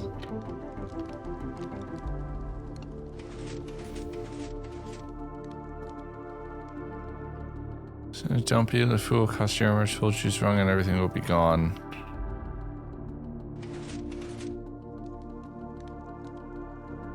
But as my pockets started getting completely full, and both bundles were full, and there was nothing else I could get out of here, this is more than a single trip. I marked the catacombs and then started heading back through the caves, making my way up to the house, freezing to death along the way because it happened to be snowing outside, and then spending far too long organizing everything into the inventories here and dropping everything off, to the point where it didn't all fit.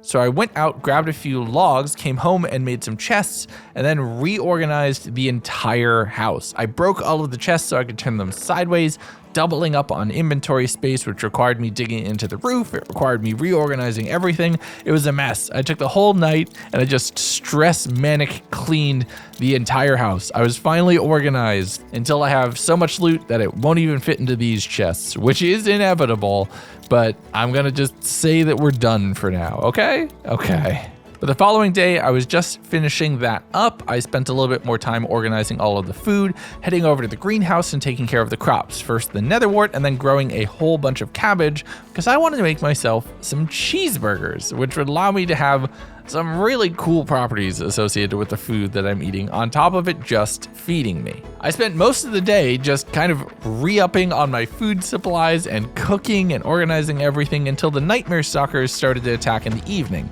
I took an onion and was able to grow that with a whole lot of bone meal, getting over 2 stacks relatively quickly. But in doing that and being so focused on food, I made the mistake of missing one of the eyes. What the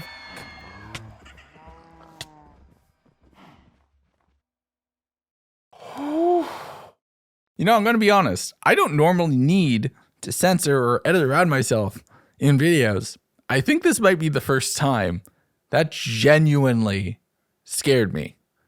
Like, genuinely scared me. But once I was able to calm down, mainly by leaving the game paused and walking away, I headed back to breed up all of the animals and get myself a whole bunch of buckets of milk. Now I can't use my sword for killing the mobs because I need raw meat, so I have to use an axe, but maybe it's quicker that way? I dealt with a few zombies that were around the house, and then the next morning, I'm converting all of the milk into milk bottles, all of the meat into ground patties. I started cooking those up. I'm getting more milk and converting it, and I'm crafting myself up some cheeseburgers. And this is really cool. This is a food that will not only feed me, but it gives me strength when I eat it. Cheeseburgers make you powerful, okay? They're wonderful. And tell me, what's your favorite burger? What's your favorite burger place? Leave me a comment right now. I just want to know where get burger. But I spent some more time organizing all of the food over towards the side where the cooking actually happened, taking the potion ingredients and putting them over on the side of the house where the potion brewing happened.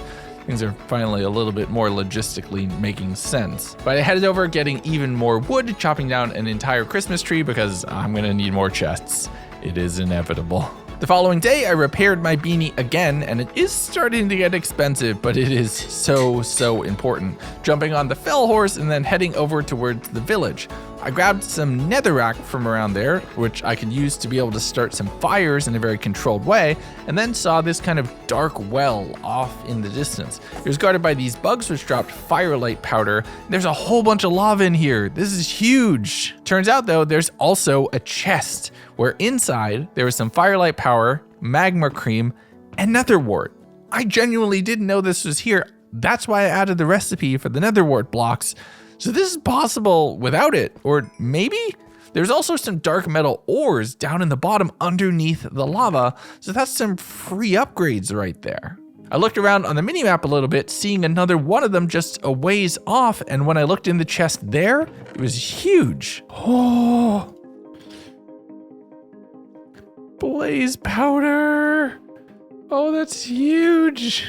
I genuinely did not think it would be possible to get into potion brewing in this pack. I at one point considered adding a blaze rod recipe just like I had done for netherwort, but you know what? I kind of stepped away from it. I walked back on it and thought it would be more interesting if we can get it a different way. And then it's just there. This is wonderful. I spent the whole night kind of celebratory fighting mobs, trying to get more dark metal and looking for nightmare stalkers, actually seeking them out, because if I can get a nightmare stalker skull, I can complete this armor set and I will look amazing. But we're actually starting to get towards the end of summer. We kind of blew through the season. It flew by, which, I mean, that is how summer normally feels, right? I threw the blaze powder into the potion brewing stand so I'd actually be able to craft some things up, and figured, why don't I go ahead and do that right away? I first crafted up some dark metal, heading over to the blast furnace to smelt that. I don't know why I didn't move it to my house. I just kind of like having it be like this special moment where I go over and get it. But my sword is very near broken, so I stashed it into an item frame, making myself a very basic diamond sword for right now, completing all of the bookshelves needed and getting some enchanting on that, trying to get looting so I'd be able to get even more dark metal at some point. But I grabbed all of the books that I had, and instead of having them in piles, organized them into a chest so I'd actually be able to see what everything was, spend some time organizing the inventory, and again, just searching for looting. I got looting 2 in a book, and then thought, let's just head out and just fight mobs, no looting or nothing, and see if we can get just enough to repair the sword. And I kind of struck out on mobs that spawn dark metal, instead seeing the boss wolf, a mob I never actually seen before. And this one will spawn in additional wolves. It bites a lot harder. It does some really significant damage, but when you kill it, you get a bunch of these really cool claw items. But I spent the night fighting all of mobs, just trying to collect dark metal. I was actually getting more seeds of chaos than anything right now, but I do need those too. Stay tuned. But it was when the superior bone caller appeared that I started having a problem. Ow. My helmet. No, my helmet. Having my helmet broken is honestly bad. If I wasn't holding lava right now, I would almost certainly immediately be freezing to death. I spent some time just trying to bow down the bone caller, just using golden apples to regenerate and tank the damage, eventually getting a few seeds of chaos and an orb. That's something. I say that because it's about to be fall, which means we're start getting into much colder temperatures. It's gonna start to get bad, y'all. I ran home, dropped off all of the loot, and just crafted myself up a diamond helmet. As long as I'm gonna be freezing, I might as well be protected from mob attacks, just trying to do something. I made a few golden apples so that I'd be able to regen a little bit more, and then brewed up some potions of ice resistance. With these, it's the same as fire resistance, but for cold. Haha. So this will give me an emergency out if I happen to be out and I lose my lava, or if I'm not holding it, that I can just tank cold damage. I fought more mobs that evening, being able to recoup a little bit more in dark metal and get myself a little bit closer towards my nightmare helmet. And then I had a nightmare stalker attack. And I have to say, without knockback and being able to kite around the nightmare stalkers, getting attacked by them is pretty terrifying. I fought throughout the whole night, killed several of them and a whole bunch more mobs, but no luck. The following morning, I headed home, did a little bit of organizing, and then did some enchanting. I first enchanted the sword just for sharpness, and then enchanted a book, getting another looting 2.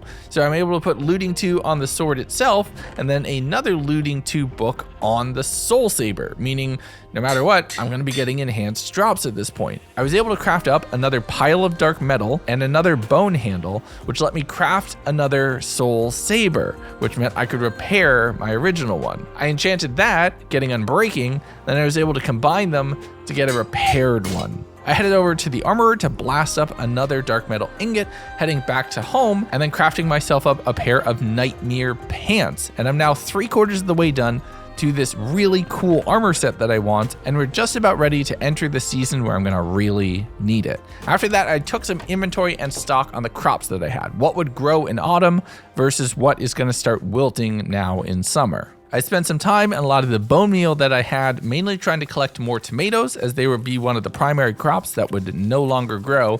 And despite standing next to the campfires, I was still freezing in the greenhouse. I spent some time organizing all of my water, spending some more time the following morning doing some cooking, seeing that I could make deluxe cheeseburgers that would give me even more strength and nourishment. So I headed out to all the animals, did a lot more breeding, did a lot more killing, a lot more chopping, some cooking, some burgering, some baconing, some milking, some cooking, and made myself some epic meals.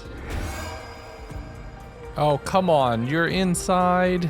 But I grew up a ton more cabbage, making myself a ton of the deluxe cheeseburgers and then some bacon sandwiches on top of it because I had some extra bacon, and who doesn't love bacon? I enchanted up the nightmare pants with some basic protection, organized my inventory, and called it a night as we start to wind down in summer. And with the final day here and my last chance of being able to travel without having to worry about the cold as much, I wanted to go out and see what I could find. I headed off in a new direction trying to find something new, doubling back and around, finding what I can only describe as a little witch village at one point, passing by that, heading to another little ruined castle and some crops here at basically the edge of the world. The trader here had some interesting trades, which could have been nice if I had the supplies, but I'm mainly looting the storage room, so I have enough food for winter. It's not their fault that they did poor planning. I dealt with this really interesting spiny shell crab who had some cool armor drops. But I grabbed all of the hay bales and wheat and bread from here, all of the potatoes and carrots, because they will not be growing come one day from now. I continued down along the coastline, looking for any sugarcane that I could find on any of the beaches that had generated before the water had frozen. And once I had as much as I could, I headed over the river, through the woods, over the mountains, and back to my house I go. End of the season. Tomorrow it is fall. And things are about to get a whole lot colder, so let's hope we prepared well. You stay out there. And while there were things I could prepare for, like food and shelter, there are things I didn't even know were coming. So how do you prepare for the end of the world? And that end of the world would be slow, cold, and take its time, because it's time for a new season. Welcome to autumn. So autumn comes with a few new rules for this challenge. First, there's going to be way more blood moons. Mobs are going to be much more aggressive and intelligent.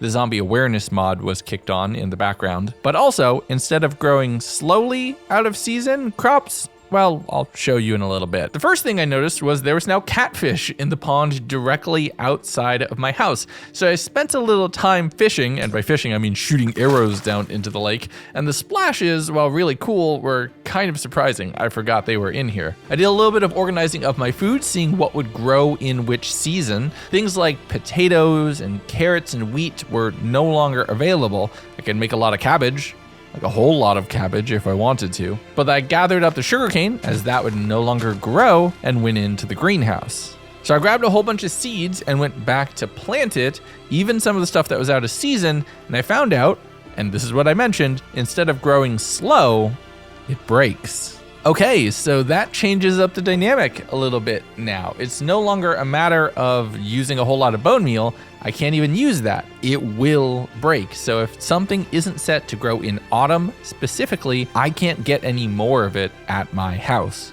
And you know how I mentioned that there's gonna be more blood moons? So literally the first night of autumn and the worst possible version of this midnight event occurred. I'm immediately jumped by nightmare stalkers, far more zombies, and like I said, they are far more intelligent now than they had been in the past. And, well, there was other things to worry about. That was Herobrine. You're trapped in the snow. I'm gonna get you now.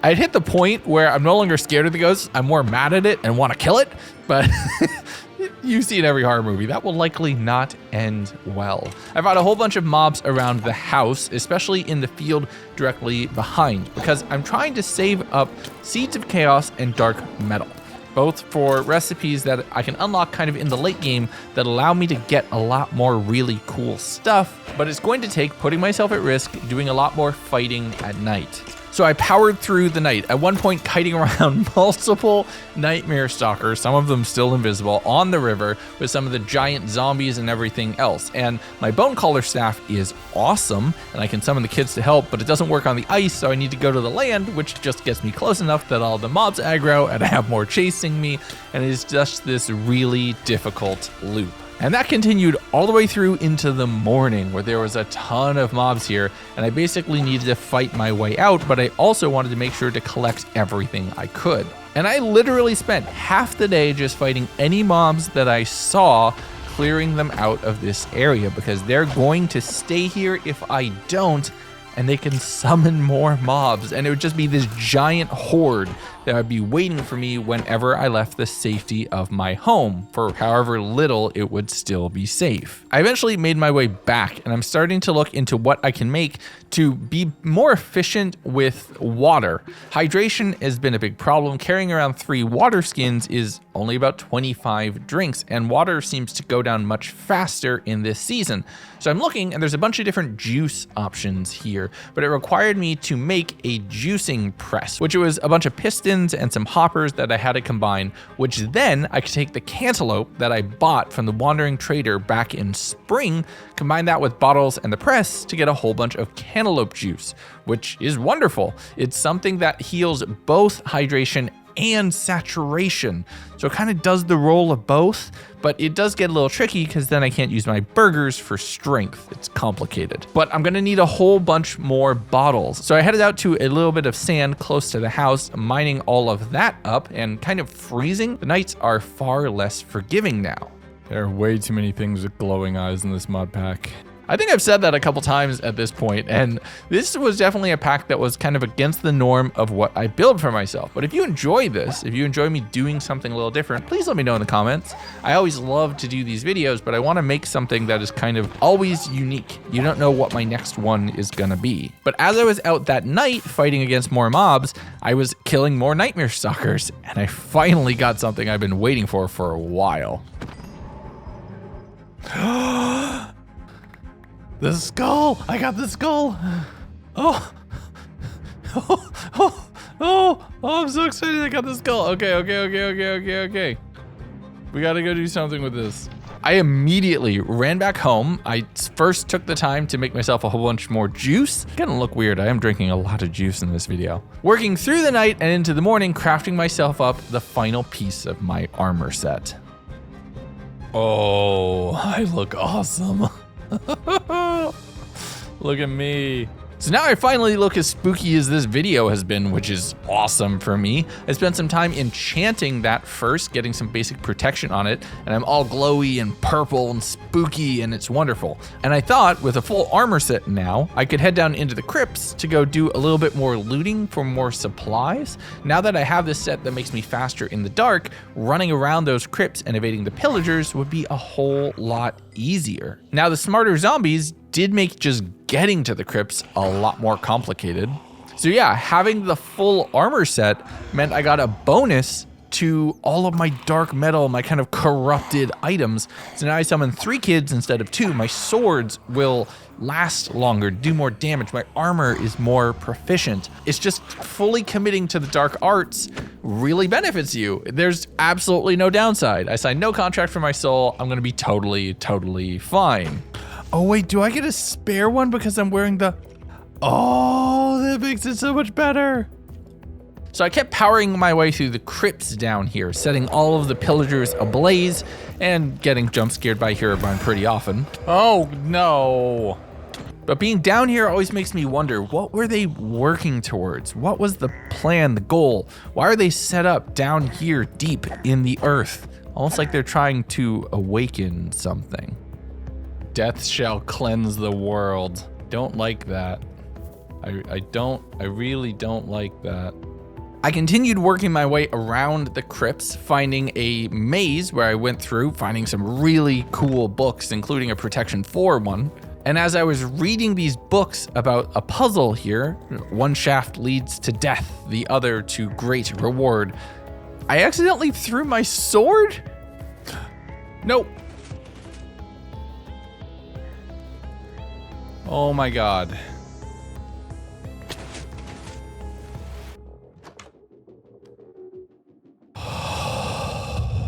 I almost lost my sword. I thought I was gonna drop a torch. But in the barrels here was, I mean, it wasn't great loot. There's a bunch of enchanted books, some diamonds, some other things like that. A diamond chest plate, but I have the dark metal one, so it's kind of outclassed right now. I made my way back up and around into the main area and continued fighting through, finding even more diamonds and some tipped arrows inside of the end of a ruined corridor right nearby. But as I continued through this area, now that I know that these piles have loot in them, I went back and mined through some of the other ones. I was surprised by Nathan, the goblin, who had a few trades for me that I just wish I could have done. I did trade some of the raw gold to get even more gold ingots. That was a decent ROI. But as I was looting these crypts right here, I found potentially the biggest thing I ever could have. Oh my god, that's huge. That's an insulation book. That's awesome. Oh my god, another. 2 thermal tuning books. It's like underwear. It's amazing. But with that on my nightmare armor, I'd finally be able to go out and weather the storm, survive in the snow in the evenings, and I could really try to conquer this winter. I kept pushing through the crypts, reading more books and lore, accounts from a world long since dead and decayed. And they spoke about things that would happen for centuries to come and puzzles behind the books. I'm not sure what that was supposed to be. But with my pockets more than overflowing, more than I could ever potentially carry, I started fighting the cultists as I headed back up and out, winding through the deep slate caverns, then the stone, and making my way back up to the surface as it was pitch black, spending a good portion of the evening just dropping everything off and taking those thermal tuning books and storing them in my pocket. I'm gonna want them really soon. I had to fight some mobs around the house as I wasn't allowed to sleep in the evening, and the following morning, after adding thermal protection to all of my armor, I just kind of stood out in the snow for a while to see what would even happen. And I was fine. I was doing wonderful. So much so that I kind of forgot to keep paying attention. Whoa, whoa, whoa, whoa. So that was just a nightmare stalker out in the middle of the day. Now everything persists into the following morning. Not just the vanilla mobs, not just simple basic things like zombies and skeletons. Everything is out all day. That's new. But I wanted to get back to work, so I was breeding up all of the animals, milking them, making more milk bottles, which I would then eventually turn into more things. At first, I thought I could drink the milk bottles for hydration, but that doesn't actually work. All it does is cure you of 1 potion effect, kind of like an absorption effect. So that was unfortunate. I just wiped those away. So I resorted to making more melon juice, and I purified some water, storing it into the chests as a backup in an emergency down the road. I then did a little bit more enchanting, combining books that I could throw together on my bow and seeing what I could do to put more things onto my armor. The thorns was a little bit too expensive, so I had to save that for later, but I was able to add it to the nightmare mask. So if anything's going to be attacking me, it's going to be taking damage. I spent the night fighting zombies on the river behind the house and around to just try to maintain some sort of safe perimeter around my space, yelling at the demon child who was constantly harassing me. Get out of here, Herobrine. Leave me be. But I'm also, like I said, just trying to stockpile seeds of chaos and dark metal. I still want more. I want to commit further to the deep dark arts. Oh. What do you want from me? What do you want from me? I did have a little bit of a problem with the Supreme Bone Caller, who just shoots so fast, they're constantly holding you back, so I had to use a bow to really take them out, which I got a death totem. That definitely seems interesting. It's another way to avert death at the cost of maybe just a small part of my soul. That'll be fine, nothing to worry about there. Day 56, I felt like my home was probably pretty secure and I'd gotten some decent loot, but I wanted to venture out further and in a direction I hadn't been in yet. With a lot of thermal tuning, I can just go for some distance, and I'm holding the death totem in my hand now because I don't need to worry about keeping myself warm, just alive. I found and looted this witch's village. I don't know how else to better describe it. It was a bunch of buildings in a nice little coven circle. Coven, that was the word that I was looking for, but that's fine. I continued heading off to the west, finding and looting a few graves, getting some okay stuff out of here, mainly wheat, which I can't grow anymore, so all of that is useful. But as I got to the ocean at the edge of what I would consider safe, yeah, you're gonna see why I didn't keep going. What is that? Now, against my better judgment, I did break through the ice, shooting arrows down into the water to try to kill whatever this thing is with all of this teeth, doing damage, but it seemed to be mostly fine. Like, it was unbothered by all of my shots. And almost as if to double down, yet another blood moon rose just a few days after the last. Oh no. So I'm pretty far out from home at this point. I don't have an out or an escape, so I'm just kind of dancing around out on the ice, hoping that mobs aren't spawning too close to me and getting occasionally jump scared by mobs in the distance. Get out of here, Herobrine. Oh, ice, ice, ice. Every now and then, Herobrine would jump scare me, which would take me off of a nightmare stalker who would then bite me and blind me, Herobrine. which allowed a whole lot more mobs to collect around me because I didn't know where I was going, and I ended up just kind of walking around in circles. So I fought for quite a while before eventually it was starting to get a little much, and I was feeling overwhelmed. I was starting to run low on juice. So I started working my way back home, fighting off more nightmare stalkers, sticking mainly to the ice so mobs wouldn't spawn, before eventually getting relatively close to the house, which did allow a lot more mobs to start spawning directly in front, which I had to fight through a good portion of the evening and into the morning, where I was actually all the way over by the pillagers, so I had to then run and kite around them who were all shooting me. My kids were doing a ton of work, just attacking all of them, but a wandering trader had spawned, Dragontail, and they didn't have a lot. They're trying to sell me cockroach parts, which I didn't think I was interested in, but there was more cantaloupe, and I'm gonna want more juice. So I ran back home, grabbed all of the emeralds I possibly could, headed back over, doing a lot more trading, and I was dealing with some crashes right now, which is why you constantly see me like logging back in. It is fixed for the mod pack. It was because of that thing that I did that the mods were wrong. But I also grabbed this weapon template for 50 emeralds, a rapier pattern. And it made me think that it would allow me to just make a cool sword of some kind. But it was just like this tic-tac-toe board with not a lot on it. I absolutely got scammed there. So I made an armorer's table and put that down thinking, okay, maybe now I can make a thing out of this, but it just didn't work. No matter what I did, where I put the pattern in, it didn't work.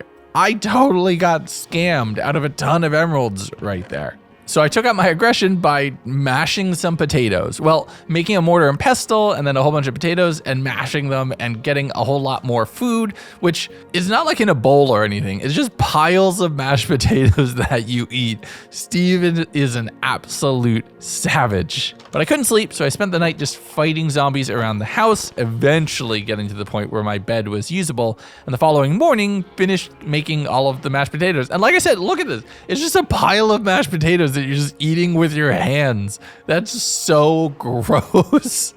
It's so disturbing. But it was snowing like all get out, and the snow was now accumulating a lot higher than it had been previously, to the point where the little area around my house that wasn't torched up was starting to be too tall, which meant I couldn't get out and over unless I dug up. So I spent some time just kind of cleaning and manicuring the snow around the house, trying to kind of measure it and see how far we were gonna get buried. But I didn't want to just sit around at home and see what would happen here. Spoiler, I'm gonna get buried. So I headed out in another direction, just trying to see what I could do with getting a little bit different things and having the snowfall happening somewhere else. I can't sleep to make it go away right now, and I just don't want it at home. I eventually made my way to a frost wizard's house. They immediately froze me, but I was prepared for this at this point. I've been dealing with frostbite since day one of the scenario, old man. You got nothing on me. After murdering them and sleeping in their house, getting another bundle from my troubles, which greatly increased my storage capacity, I headed out the following morning, finding a very weird and putrid looking zombie. It's basically a boomer from The Last of Us, and that's gross. But I headed out finding another copy of the house that I had taken up residence in, and there was a Protection 4 book just sitting in the chest right here, which is huge. There's also a whole bunch of pumpkins nearby, and they grow in autumn, but I was having trouble with getting them to grow back at my house. I don't know if temperature or something else was wrong, so I harvested all of them up so I could have them, finding another illusioner and getting them all rapidly murdered, really letting my kids do the work, finding another bundle so I could store even more. Andrew was released from the basement as I continued on in my direction, killing a gator so I wouldn't get nommed on, and then finding somebody waiting for me out on the ice. He's just standing there, menacingly. On my way along the coast, I was out grabbing any sugarcane that I could find since everything was frozen. It did generate, which was useful, but I couldn't grow anymore because it was out of season. But as I headed into the village, activating the waste stone so I'd be able to potentially warp back and forth, even though it is so expensive on levels to do so, another super blood moon rose, and I felt slightly obligated to defend the village as I had kind of brought this on them, so cue the combat montage.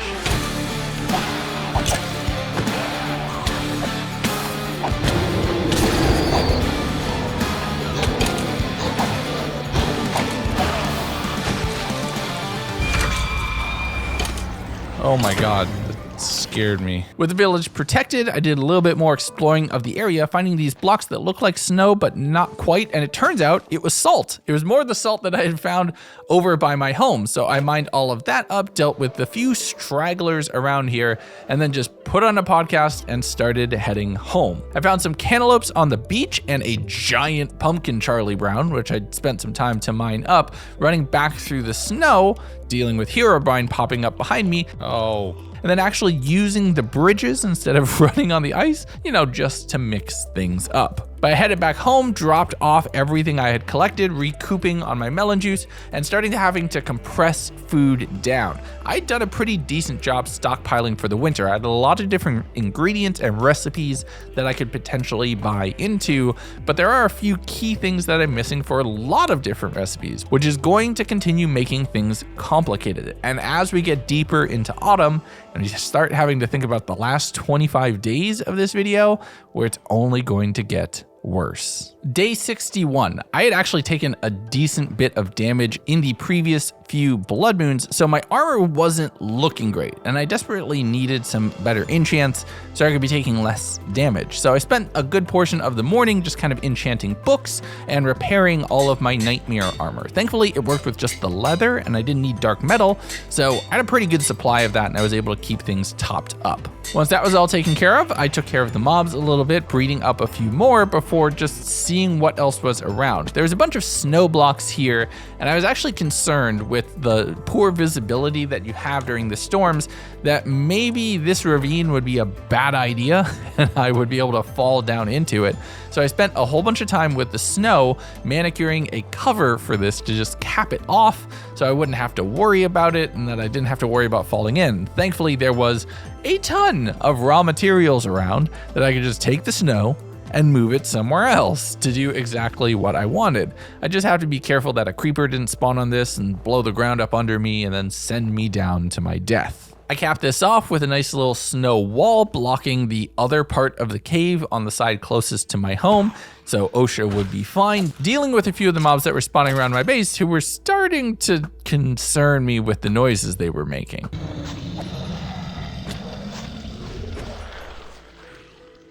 I don't like that sound. But it wasn't just the mobs who were fighting me that had me concerned.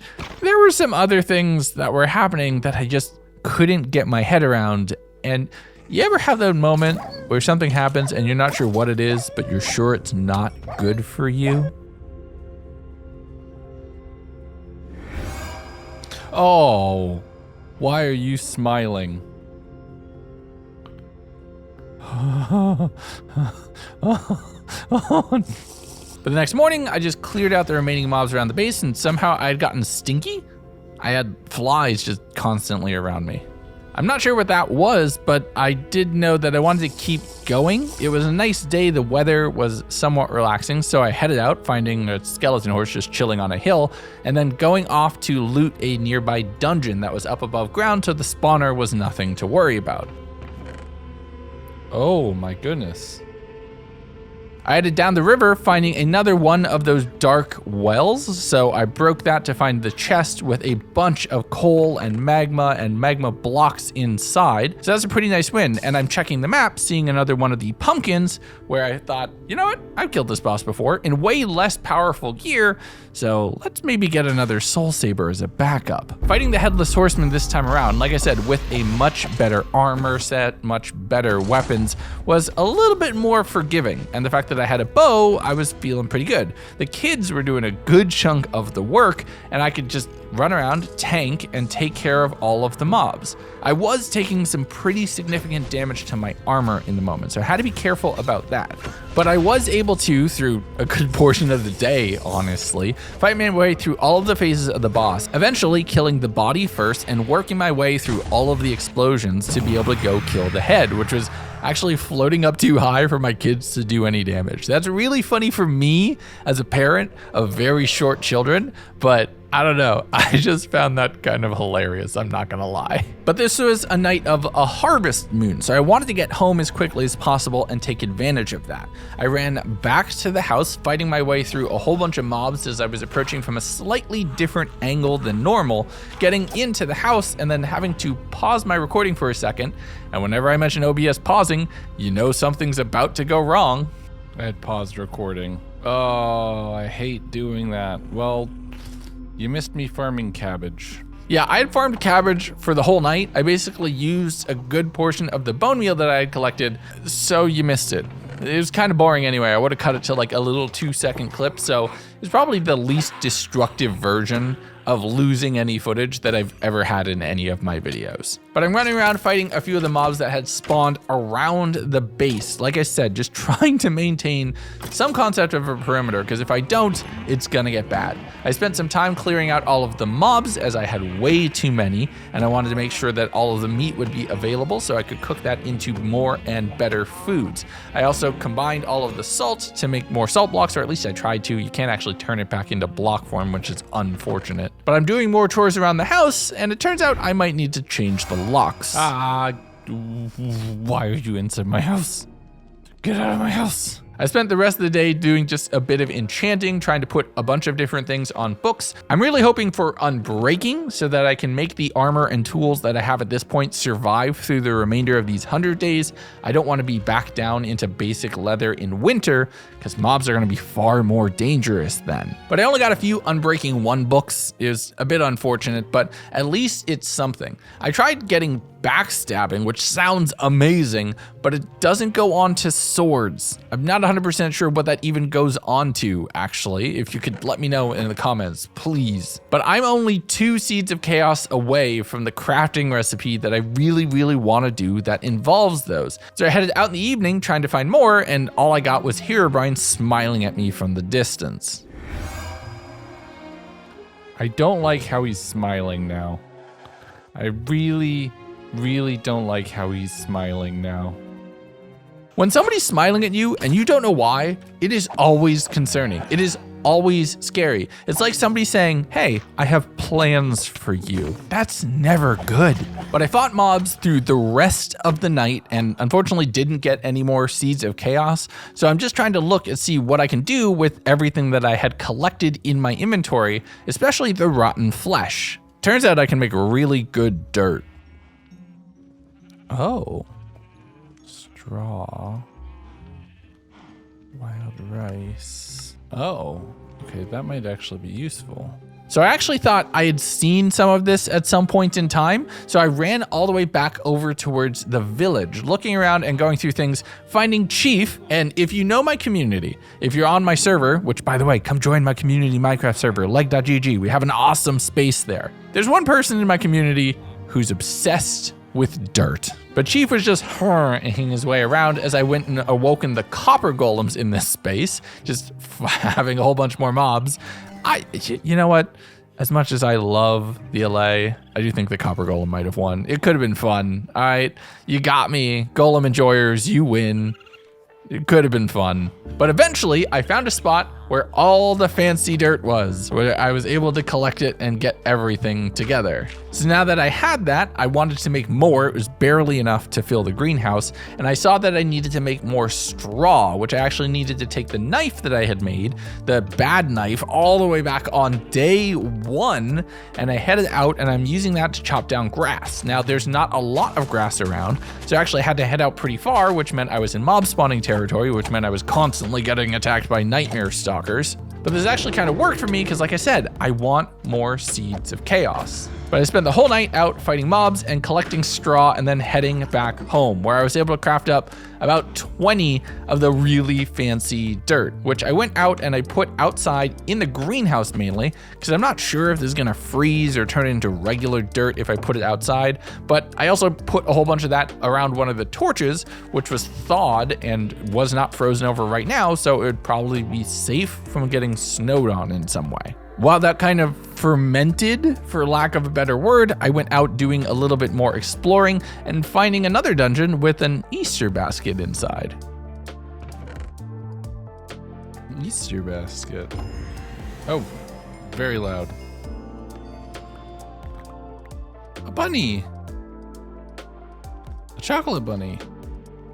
I'm sorry, bunny.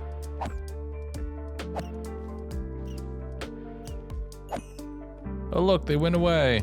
But as I got a little bit late, I realized I had headed out without my sleeping bag, but despite that, phantoms were starting to spawn, and I actually kind of wanted some phantom membranes or some of the drops that you can get from them, because there's a possibility if I get really lucky, I can craft an elytra, which would honestly be super cool to fly around this space. I have a ton of gunpowder, so I wouldn't be able to go far, but it would be nice.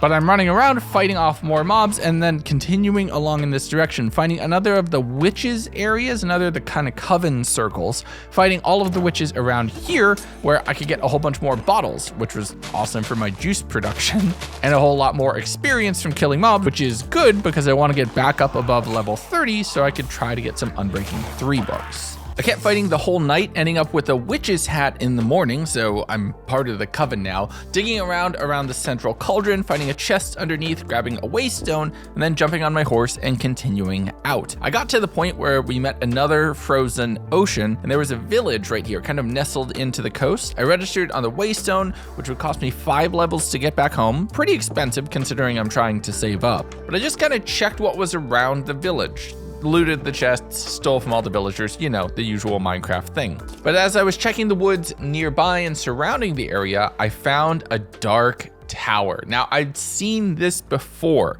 over on the shipwreck island, so I knew how it would work. You can't really mine in here. The spawners actually fight back, so you have to be careful about that. Whenever you're mining them, you're poisoned, you're blinded, so you have to do it when you know you're really safe to. And I started fighting my way, spiraling up all of the towers, and there's quite a bit in here. Handling this on my own basically required going up, getting to the point where I can mine something, and then having to come back down to the main floor to heal. But that all started to fall apart at about the halfway point.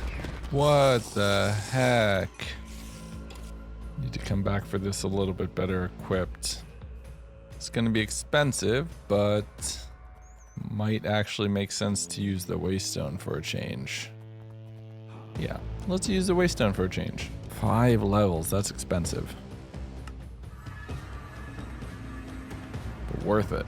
So since I was out of almost anything to drink and I had earned a whole bunch of levels from the tower, I warped back, which put me at level 29. It kind of sucked to be under 30, but we'll make it work. Mainly because I can go around and fight mobs all night since I can't sleep for some reason. And I'm just prevented from sleeping through the night. And I have to spend all night fighting everything. Next morning, I saw a whole bunch of mobs just through the window off doing their thing as I made myself some more melon juice so I'd be hydrated and more able and capable to take on the tower once I headed back. I dealt with all of the mobs that were around, made myself a new knife, and chopped up some beef to make some burgers, did a little bit of milling to make more spaghetti, and made myself a whole bunch more pasta. And honestly, that kind of took all day. The burgers are nice, and being able to get strength is good, but nourishment and saturation effects will be able to allow me to stay out longer because I'll need to eat less, and I just need to worry about hydration. The only problem was, as I started finishing that up, a super blood moon rose. Oh, well, that's a problem. So there's gonna be quite a few mobs around here, and all the snow has kind of hit a perfect level where it's now spawnable again. So that is about to get really bad. And this specific blood moon seemed to be almost exclusively zombies, or at least a lot of zombies spawned, and then the zombie calling reinforcement mechanics started to really work, and then it started to really snowball very quickly. I was setting myself on fire from hitting the mobs, and then they would hit me, so I had to occasionally use my water bucket to help kind of fix myself, but that made me colder, so I had to balance and then hold the lava bucket and then try not to use that and waste that, or use it on the zombies because then it'll make more fire zombies.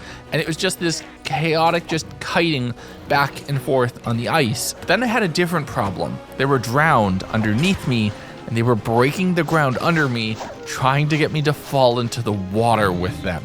This is a problem.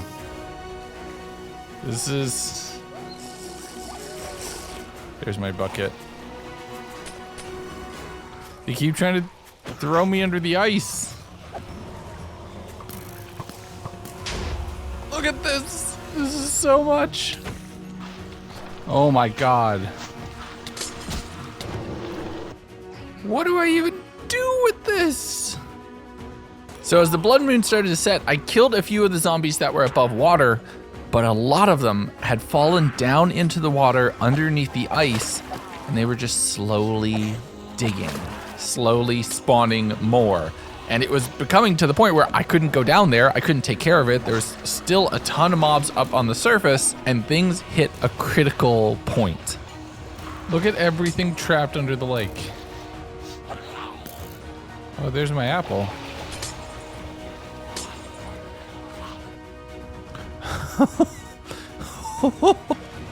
Okay, that was a lot.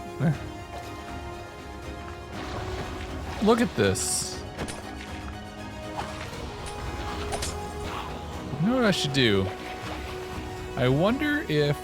Hold on.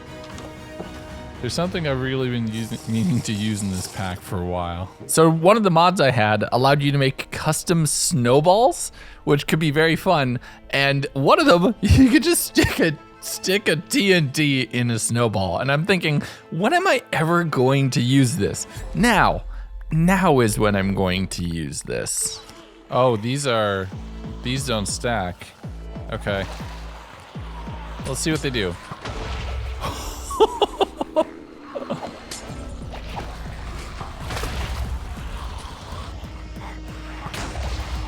Oh, ow, ow.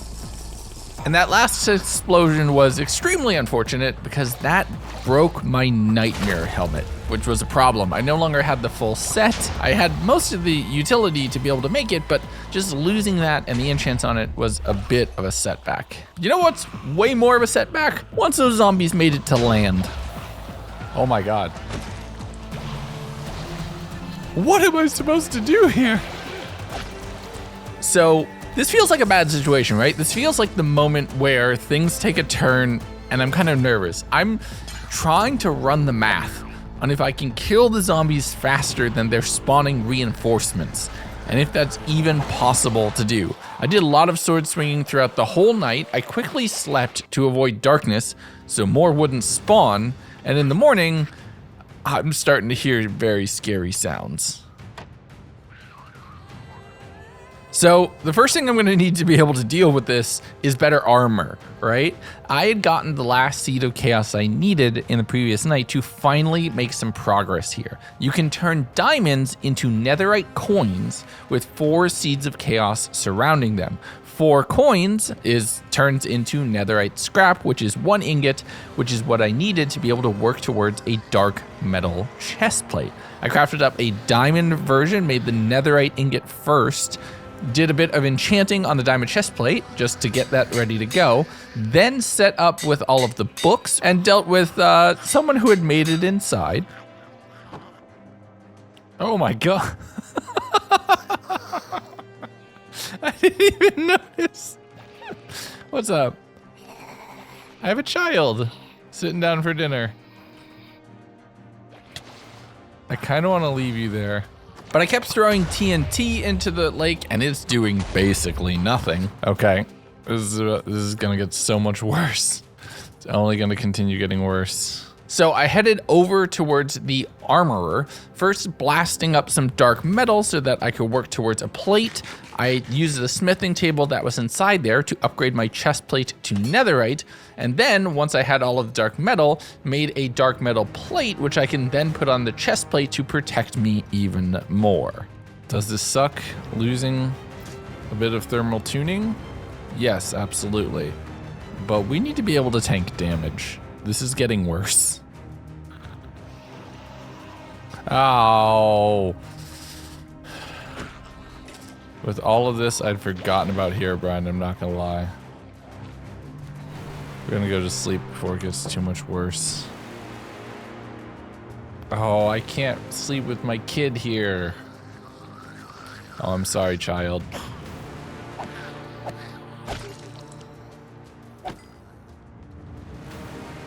Oh, they're just here at the door.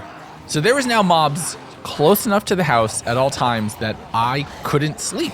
They're breaking their way into the door. If I leave it open, they just start running inside.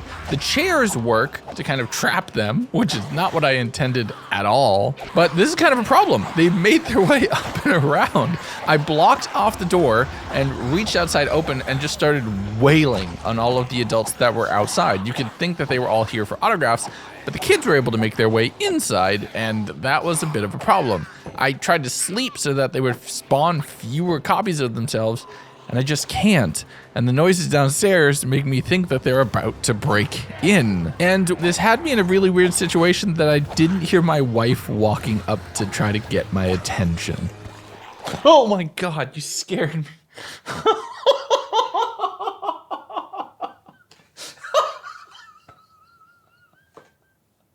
You scared the shit out of me. How are you? Hi, what's up? Are you talking to him? No, that's a video.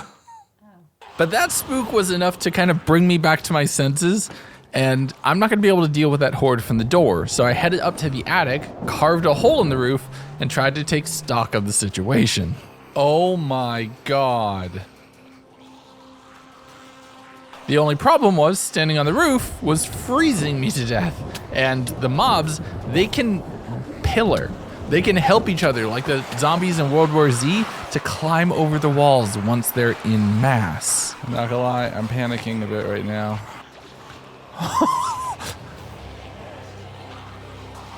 What even?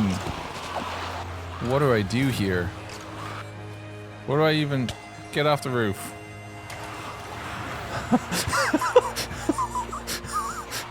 This house is done. It's done. There's no way I'm ever gonna be able to return here. So I left.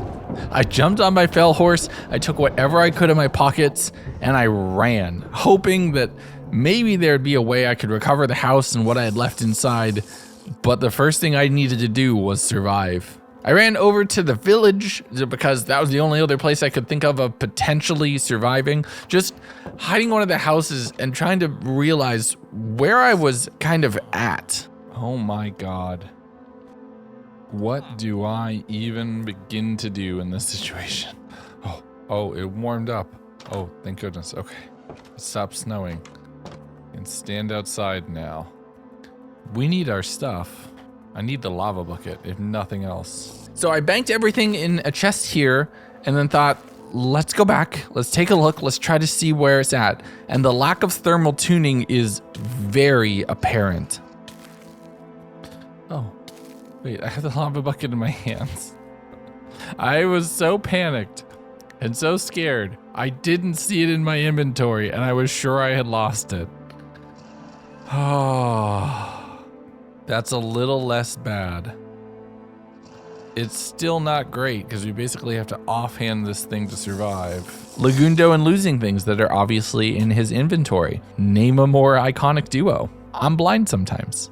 So I slowly crept in towards the house, trying to sneak through the horde, hoping that maybe they had dispersed, they didn't have a scent on me, and I'd be able to try to get in and get some of my stuff. I dealt with a few of the mobs that were right out front of the door, running in and blocking it up right behind me. I wanted to take no chances. I ran into the chests as they started breaking down the doors, and I could hear them starting to dig to spawn more friends inside the house, grabbing a whole bunch of food, anything else I could carry. I compressed down iron, emeralds, anything valuable, and then it was time to go. My first thought was to try to fight my way back out the front door. That was just not gonna work. There were far too many zombies around, so I made my way back up to the attic level, climbing through that little hole in the roof, and then jumping down, throwing a pearl off in a direction, summoning my horse, and just seeing zombies overrunning the entire building. And I felt like that was it. I was kind of reset. I mean, I'm setting myself on fire again with the lava. Yes, it's business as usual, but at the same time, it feels like a massive problem. Hi, I'm taking this. I only have 5 days before it's winter, and I need those supplies. I need that structure, or else I'm gonna die. But trying to think about what I'm gonna do, I dropped everything off and I took a breath. If the house wasn't safe, maybe if I could find supplies or equipment, anything, it would be out and about in places I hadn't looted yet. So I spent almost all of my levels warping out to the very far village that had the dark tower right next to it that I had been on right before that just zombie overrunning of my main base. I worked my way up the levels, this time bringing torches so I can light up what's behind me and fighting up to each of the individual spawners. You have to be extremely careful when breaking these because it puts you in such a vulnerable state. And also, I'm high enough up and without thermal tuning, I'm taking cold damage. So now I need to be much more vigilant on keeping my temperatures up as well, whereas before I could just focus on fighting. I got up to the point where the Vexes were spawning, and this started to become a problem, so I offhanded the totem in order to keep myself from a really inadvertent ganking from behind, and would switch to the bucket whenever I started getting cold, downing melon juice as much as I could to keep my health up to full, because thirst was going down so fast with every bit of damage. But at one point, there was far too many mobs to deal with, and I was getting kind of overwhelmed, so I ran out. I only had 2 hearts to my name. I'm starting to run out of melon juice at this point, so I just ran over to the coast, and I'm using that 1 water bottle that I have to just drink a little bit of water while hiding and sleeping in a house here. So I don't have food, I don't have shelter, I don't even have water right now. I'm really kind of on the back foot as we're approaching the most dangerous season of this 100 days. But I made my way up to the very top of the tower, and defeating a bone caller is something that I've done a few times, but it is in confined spaces. Thankfully though, I can summon a whole ton of children to try to help take it down, a mob of children to help fight off this one summoner, and I was lucky enough to claim victory. That got me a whole bunch more iron, some other supplies, a ton of golden apples, gold, but seeds of chaos, so I could work up to maybe some more netherite. Oh, that is so perfect. I needed that. Staff of magic arrows. Oh, nice. So then I headed up one more floor, and then there was one of the supreme bone callers. It's back-to-back boss fights. and I was thankfully able to just power through this one as well. And the imps, the bone collar, they don't turn into fire monsters of themselves. So using my lava bucket a little more offensively on top of defensively from the elements definitely helped. Get them, kids. Heck yeah. But I spent the time looting all of the towers, working my way down, seeing a kind of a little depressed, like inset little base that had been set up with a few witches and pillagers inside. There's a little bit of loot here which had food, but I'm out of water, so I'm eating the golden apples to recover my health because that's the only way I can heal right now. So with 2.5 hearts and a dream, I'm heading in, getting a few sweet berries after setting a witch on fire with a bucket of lava. My life is weird. How is that a sentence I just said? But I ended up drinking some more ocean water, which does hydrate you, apparently, using the waste zone to warp back to the village, and just as I did, a blood moon arose. Oh no. Now, I can't afford to lose the village as well, and I don't have the benefit of all of the ground being spawn-proofed from the snow that had been falling around that structure for the last 70 odd days. So I had to go out and fight I did. Just trying to keep everything I could away. I'm staying away from the village, so that's not being marked as a potential area to attack. I'm just running around on the river, kiting mobs, fighting through everything I possibly can. There were drowns spawning now, and they were continuously trying to break the ice underneath me, but at least now I had a little bit of experience dealing with that, and I was able to stay away and go to the coasts whenever possible to recover. I had to tank a lot of this with very little damage because I didn't have a way to heal. I didn't have food or water that could actually help me fully recover. So I had to be very careful, but I was able to power through. The following morning, I just tried to see what I had. I was able to make a whole bunch of more melon juice based off of everything that I had saved from the village, but going from 6 chests filled with loot down to a single one, I can't lie, it was a bit of a downgrade. But I was very close to another piece of dark metal armor. I was only 3 seeds of chaos away. So the blood moons had at least come in handy for something, as well as taking on the tower and getting all the loot from there. But there is no way that I'm going to be able to survive winter just crashing on the couch of a few villagers. I need to go and retake my home.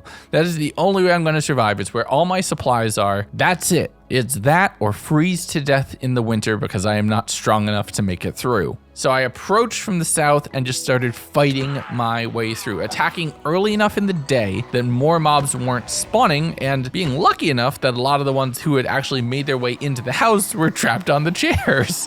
Zombies apparently don't know how to stand up once from a seated position. But I was lucky enough to power through all of those, and then it was just the lake that I had to deal with. Fighting and making sure to attack anyone as soon as they started digging, which cancels the spawning process and allows me to actually gain some ground. With really aggressive, just pushing for it, making sure to never right click with that lava bucket when I'm underwater, because that is game over as well, I was able to finally secure a beachhead, getting the doors down, repairing the door over at the greenhouse, and immolating some of the cabbage that I had. But I harvested the rest, including the nether wart, and my fancy dirt was ready to go, but we'll use that in a minute. But I'd done it. I'd somehow recovered the house through just 2 or 3 days of poking at it near continuously. I was able to regain ground, but I needed to be ready because this could potentially go bad again. And with only 2 days left in autumn, I needed to be smart about what I was going to spend my time on. First, I ran all the way back to the village to just recollect a lot of my loot, sailing back over towards the house to make myself a whole bunch more juice, to organize inventory, and to take care of all of the animals. I was in the process of just breeding those up so I could get another generation set and in the bank when, let's just roll the clip.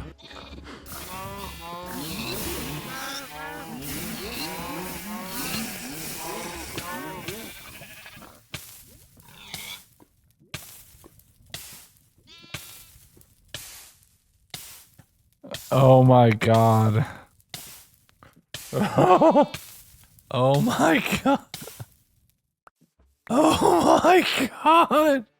So with that colossal mess up. I just went out in the evening and just fought mobs. I didn't want to be anywhere near my house in the darkness. I couldn't sleep in my house for some reason. So instead of risking more zombies spawning around the structure itself, more mobs spawning and overwhelming that location, I went out to the wild and fought them on their turf. It might not be the smartest thing long term, but in the short term, it felt like the only way because I still had a lot of prep work to do to be ready for winter. And the following morning, the final day of autumn, it was time to do all of that. I spent time organizing all of the seeds, moving all of the seeds off to their own chest so I can better keep and consolidate all of the food that I had to have that ready for whatever I'm gonna need to eat for the winter. And I'm not hibernating either. I have a whole bunch of work that I'm going to need to do. And as I was heading down into the crypts to grab a little bit more, I did luck out and get 2 more seeds of chaos. Oh, nice. But I went down, getting a little bit turned around and actually ending up in a different direction, finding another kind of skulkified dungeon, breaking through the spawner and setting off the Shrieker twice. I mean, I don't really want to deal with a warden here, so we're gonna have to take that carefully. I was able to walk away with a golden apple, a whole bunch of gunpowder, and a bunch of zombies underground, but I need diamonds if I'm gonna make another piece of diamond armor that I could then upgrade through netherite to dark metal. But those diamonds were right next to an interesting new structure. But as I was off mining, I was reminded, oh yeah, this is the spooky 100 days. Oh.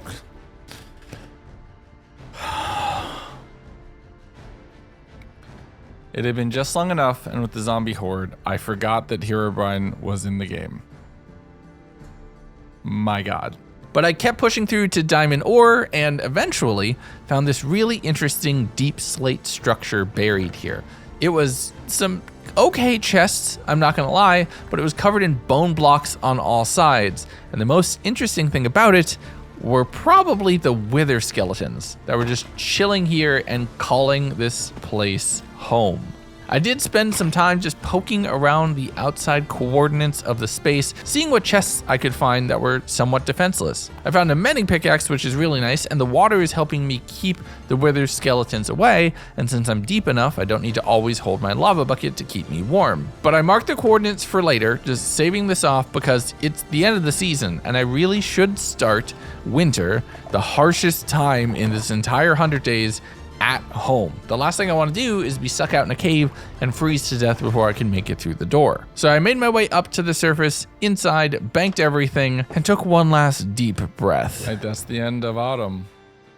Winter is going to be the hardest yet. Let's see how it goes. And I couldn't have got in at a better time because welcome to winter. This season's gonna be a lot more difficult than anything else. Firstly, it's always snowing, which means mobs can always spawn, and it's always cold. Even with a lava bucket in my hand, I'm gonna start taking freezing damage after only a few seconds. But with the new higher spawns, I had quite a bit to deal with right around home. But just when I thought I had a handle on everything that was happening around my house, the snowmen started to attack. Yes, that's a real thing that's gonna start happening now in winter. Snowman raids. Wait, wait. Frosty, why? Wait. Okay, that's genuinely annoying. Kids. Oh, my boots! No. Does Frosty have a Glock? Wait. Why does Frosty have a gun? Oh my God. I need boots. I need shoes. Hold on. So I ran inside really quickly and made myself a pair of diamond boots. And when I went back outside and was continuing to fight the horde, it just took a few seconds for the absurdity of this situation to dawn on me. Wait, what? Wait! Wait! Frosty! Frosty, why? Wait! Frosty with the Glock! What? What is going on? Why does this world just keep getting weirder? Oh no. Did I see that right? Confused by the challenger's surroundings and decides to leave. Oh, okay, I saw red text and I thought for a second it might be a super blood moon or something. So remember what I just said there about a super blood moon, because I absolutely jinxed myself. Just wait and see. But I made myself a little bit more juice, crafted up a replacement diamond helmet, and started doing a little bit of enchanting on all of that, just trying to make sure that that was upgraded. I had to deal with a few eyes around me, which constantly are scary. And then went out searching for my final seed of chaos, which I could use to make enough netherite to make another dark metal plate to upgrade another piece of my armor. Thankfully, there was a bone caller right behind the house who dropped most of what I needed. The flies are just disturbing, honestly, but they're also chilling around now despite it being very, very cold. I had a wandering trader friend who spawned in at one point, apparently, because there was just a llama chilling here. But the zombies had almost certainly eaten them. So I headed back home, enchanted up my diamond armor, took a quick nap, and the following morning we have more work to do. I went through all of the books that I had to try to see what would be a priority to put on and in place, and ran over towards the village to go pick up a few of the things that I had left here. I was also looking to see if they were getting into the holiday spirit. They're supposed to start putting up, like, Christmas decorations and other things as soon as the winter season starts. Maybe it's too early and it's just an entire neighborhood of people who are not that house and wait until the last minute. It's entirely possible, but there's supposed to be some fun holiday decorations that appear in here over the next couple days. I just wanted to come see if it was gonna happen, but it looks like maybe not yet. So we'll have to check back in at a later date. It is snowing pretty bad, so we're gonna head over before it gets too bad in that area. I haven't seen a single mob. One raccoon and a couple donkeys? That's it. That's all we've seen. Or are those mules? Nope, it's donkeys. So the only thing that survives winter is donkeys and raccoons. And birds, apparently. Okay. Oh. So yeah, it turns out all of the animals despawned when winter started. So I feel a little less bad about burning them all to death with a bucket of lava, but it does mean that I'm gonna have no more protein to be able to harvest up. Plus, I also need to take care of the snow around the house. I just need to shovel the driveway and make sure everything is good so I'm not gonna get buried here. So I went to take all of that and then all of the super nice dirt and replaced the farmland that existed inside the greenhouse. This will hopefully allow plants to grow a lot faster, even though it's the middle of winter and they might not grow at all. I'm not entirely sure. I can really only grow cabbage at this point too, so oh boy. But I was just a few pieces short, so I went inside to grab all of the recipe and ingredients that I needed. But I was out of straw, so the next morning I grabbed a knife, headed into the nearby woods, and in fighting off the mobs was taking care of the last little bits of grass here in the forest. And it's really only what existed underneath the trees and hadn't been snowed on. Everything else was gone. I was setting myself on fire a lot with that lava bucket in my offhand, way more than I'm even showing in the video. I kept cutting away from it because I was worried it would get repetitive and I would look stupid. But I'm pretty sure I already look pretty stupid, which, to be fair, that's just being accurate to how I felt in the moment. I crafted up the remaining dirt, just getting that ready in place, and then immediately had to do more shoveling around the house, being very careful to not set my house on fire with the lava, but using that to break up the snowballs. I upgraded my pick with Fortune 1, and this whole time I had been hearing footsteps, and I'm thinking, something's in the house or around the house, maybe it's one of the ghosts, so I dug into the basement. Oh my god, it's a cockroach. And thankfully, the cockroach was the problem. So with the fortune pickaxe, I was about to head down into the mines to get more diamonds, but super blood moon. You see how I jinxed myself? Oh no. So I ran back up to the surface and then had to fight mobs all night. At this point, you've seen me deal with the super blood moon several times, and the snow is piled high enough that it's weird. I know that if I go to a spot where mobs can spawn, suddenly a ton of mobs are gonna spawn right there because there's so many limited spaces. Oh my god. But in general, it's just a matter of playing this safe. Oh boy. Oh no. Oh, whoa, okay. Oh my god. I don't know why the super blood moons seem to spawn just exclusively zombies. Maybe I changed something or misconfigured something. Or it might be the fact that as soon as the zombies spawn, they start making thousands more zombies. Oh no. Okay, children. Nope. Kids aren't working. Why are you so fast? But this time, instead of going in the house to hold up, give them a consolidated target that they can just kind of pile into and just eventually overwhelm the defenses of, I kept on the move, I kept running around, I was picking off zombies one by one, trying to make sure that I was careful enough to take out the ones that were aggroing around, and I did okay. I survived through the night into the following morning, where I was mainly on cleanup duty. The kids were doing a lot of work as far as taking out a few of the zombies, and I'm using the staff of magic arrows to be able to fight everything from range. But that did not stop from another massive horde of zombies and drowns from being underneath the ice. Doing a little bit of repairing to that ice over the last couple days had bought me some time, but it was still going to be a problem. So I crafted up a few more TNT snowballs and just started yeeting those into the horde, which kind of broke a few of them out, and then a lot of zombies were chasing me.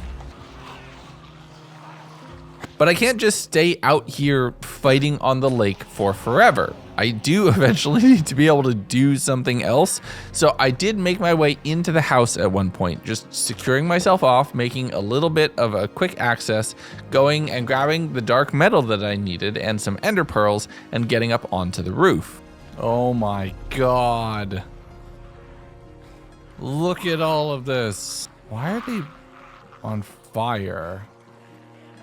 What do I even do? What do I even do? They're everywhere. So I pearled away and I thought, you know what? I'll come back to this. Hopefully, maybe I can try to secure another beachhead, give the horde time to disperse, and I'd be able to come in and secure the house later, just like I had did maybe some 10, 15 odd days ago. I'm back, Rumi. Thanks. But the good news is, as soon as I started in the village the following day, I had an idea. Golems. That would be smart. Let's use golems. Oh, this could be brilliant.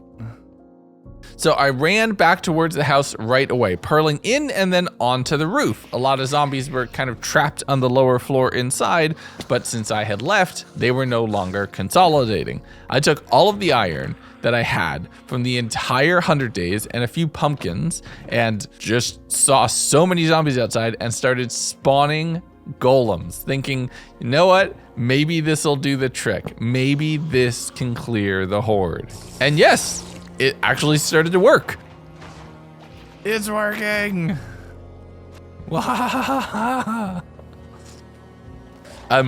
Who knew having a robot army would be really good for fighting, or making it, slightly better odd than 100 to 1, making it like 20 to 1. That is much more manageable.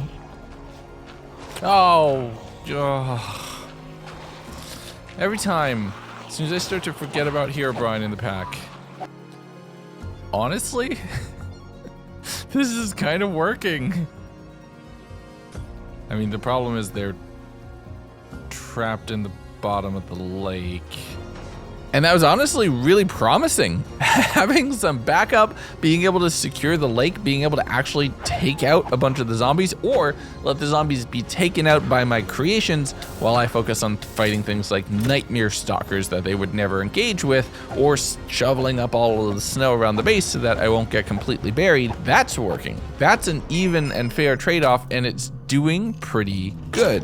The only problem is I couldn't sleep, because there were still mobs all around the house. So in the morning of day 81, I'm just clearing out a few drowned that I saw underneath the ice in one area that the golems couldn't get to, and just a few stragglers around the base, letting the golems go off and do their work in the lake unimpeded. The giggling continued to horrifying effect. But the one thing I wanted to do was make sure that the golems were actually protecting relatively close to the house. They had wandered out pretty far at this point, so I went over and grabbed some leads, leading them back to the house and tying them to the pole directly outside. After that, I went and I got some sand so I could craft up some more bottles so I'd be able to increase my food stores even further. But I was out of some other essential supplies. We need more diamonds. You see, I had all of the seeds of chaos to make netherite, but I didn't have any diamonds. So I made a grindstone and I ground off the enchantments from a spare diamond pickaxe that I had. First getting Silk Touch, which I thought might be nice, but I'm really rolling for Fortune. I want to try to get something where I can get more diamonds more reliably. And all I got was Silk Touch. So I headed down into the mines with that, thinking I'll collect whatever ores I can find, bring them together, and then fortune them at a later date. I headed over towards the ruins that I hadn't fully explored, and I spent some time before going into them, so it already rolled over to the next day as I was out finding a whole bunch of diamond ore, going caving, getting visited by a new goblin friend. Oh, hey. Whisper Son, what you got for me? Oh, if only I had a dragon head. Those goblins are a lot of fun, but I actually experienced something down here that I never have before. I'm hot.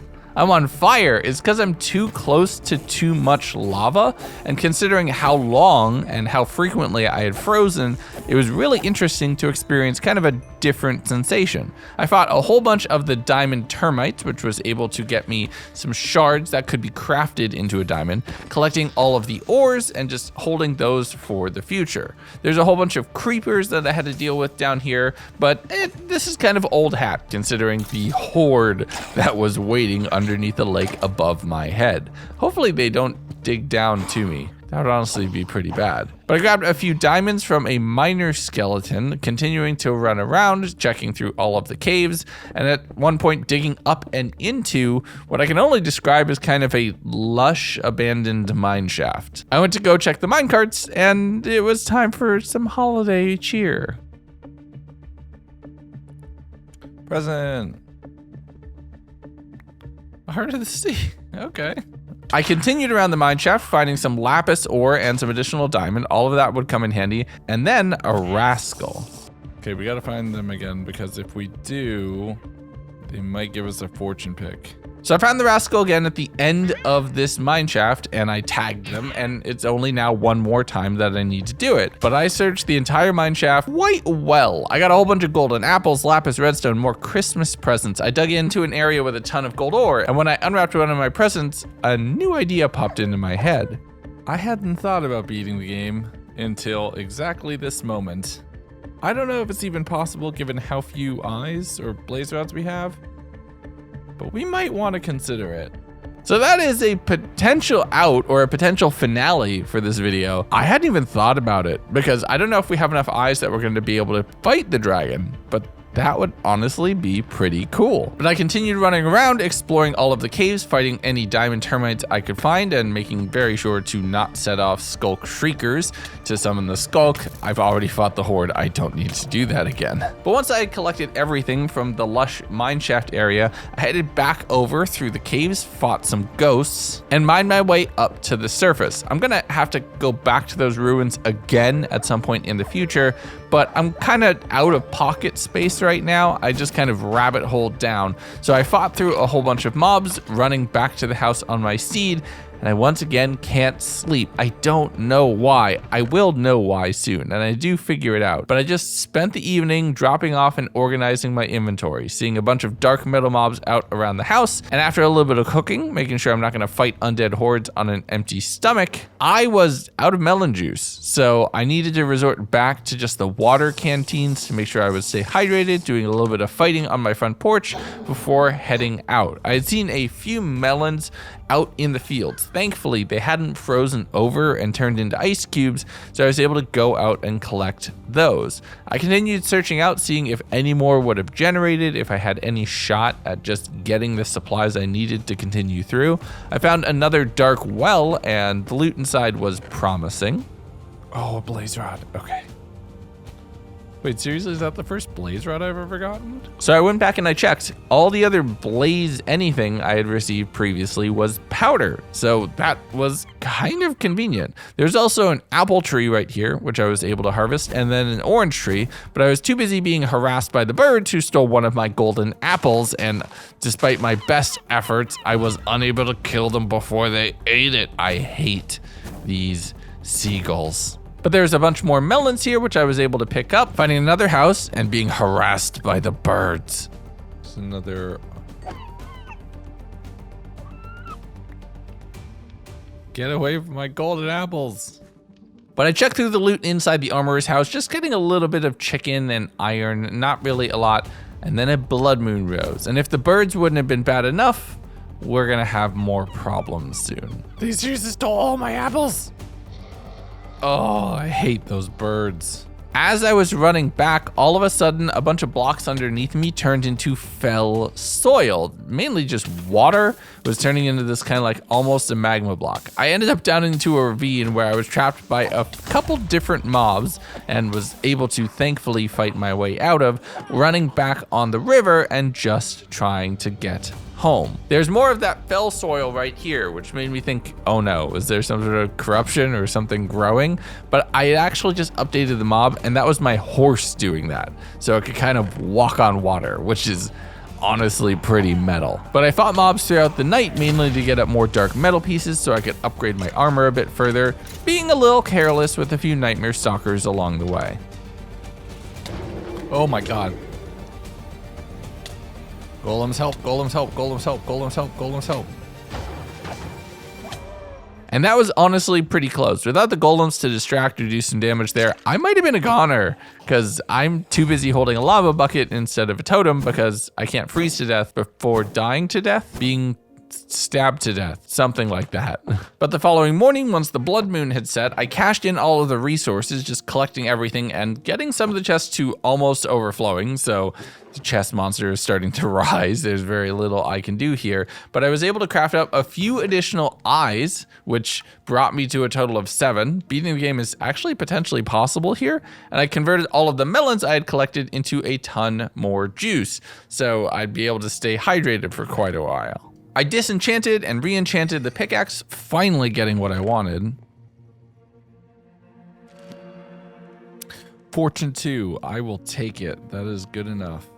And with that, I plopped down all of the ores and mined that up for more resources, also upgrading my chest plate along the way. So I converted half of the diamonds into netherite coins, and I stored off the rest of the seeds of chaos because I didn't have enough to make any more coins. I smelted that up to make another netherite ingot, and then I also upgraded my nightmare pants with some unbreaking because that has thermal tuning on them, and I don't think I can afford to upgrade those or remove that when I'm in the middle of winter. I headed over towards the armorer nearby to smelt up the 3 dark metal piles that would allow me to make the 3 dark metal ingots, which when I ran back home, combined that with the netherite ingot and a whole bunch of the dark leather, was another plate, which I made a smithing table over here so I could do the final step of it, and went ahead and upgraded my boots from diamond to netherite and then netherite to dark metal. So I'm a lot more durable now. I can take a whole lot more damage.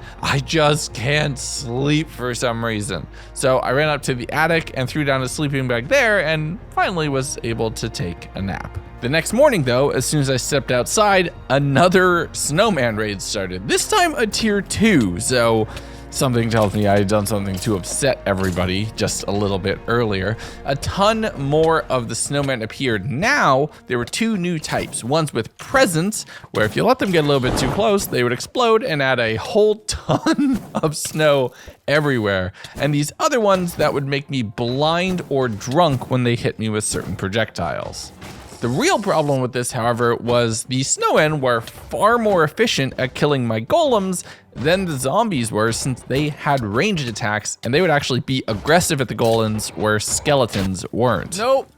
No, don't do it. Frosty with a Glock. But I was able to power through, defeating this raid, getting a nice, pretty little advancement, and a decent bit of loot, which I finally had a chance to actually dig into and see what it does. Okay, tier 2 snowman present. Ice. Ice. Oh. What was that? Tame an animal. What? Did it just give me an advancement? I think it did. Ice. Coal. I guess I'm on the naughty list. And I hate to say it, but that horde raid, the snowmen, they took the whole day. Like, it was already starting to become night by the time that was over. So I thought, let me go inside and craft myself up some better armor. I made myself a new nightmare helmet, and I did some enchanting on that to get protection on it as well, ditching the diamond helmet for now, and liking being able to have some higher efficiency on all of my dark magic weapons and tools. The problem is that giggling was around the house, somewhere around the house, and those eyes got stronger throughout these 100 days. And if one caught me right now, it would put me almost at a one-shot kill. So I needed to try to find it, and I spent the evening searching around, eventually making eye contact and being able to go to bed. Day 87, and this world is just becoming a mess. This is a mess. Just look at this. This is a mess. Alright, we need a shovel. We need to clean up here. So I made myself a brand new iron shovel and just spent some time shoveling snow out around the house. I actually shoveled until it broke, and that barely made a dent in the whole space. I covered like half of the front yard, and it was completely covered again. I converted a bunch of that snow into blocks, which I was then able to just store a little bit more efficiently, and looked in the little area that I had made to cover the ravine. There's a zombie chilling there, and I'm thinking maybe this is the mob that wasn't letting me sleep. So I just blasted them with the staff and then boxed it back up, heading deep underground because I had some exploring to do. I hadn't fully gone and explored that dark ruin that I had found some 20 odd days ago, right before it turned into winter, and I really wanted to. I'd only poked around the edges, but it was time to dive in and really explore the core of this space. I'm staying careful and alert because wither skeletons would really mess me up. I'm not really in the best of armor, and they do a decent bit of damage. But the loot was consummate to the reward.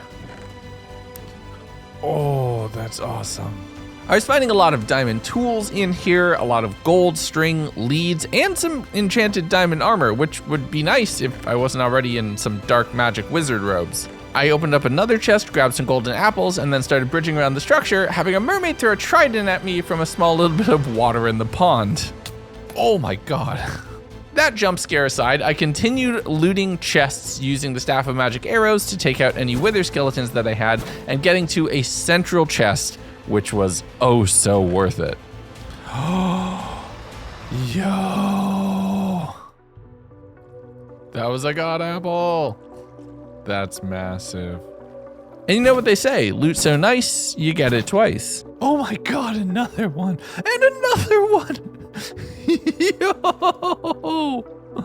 That's massive, massive. Okay, are we down a bundle?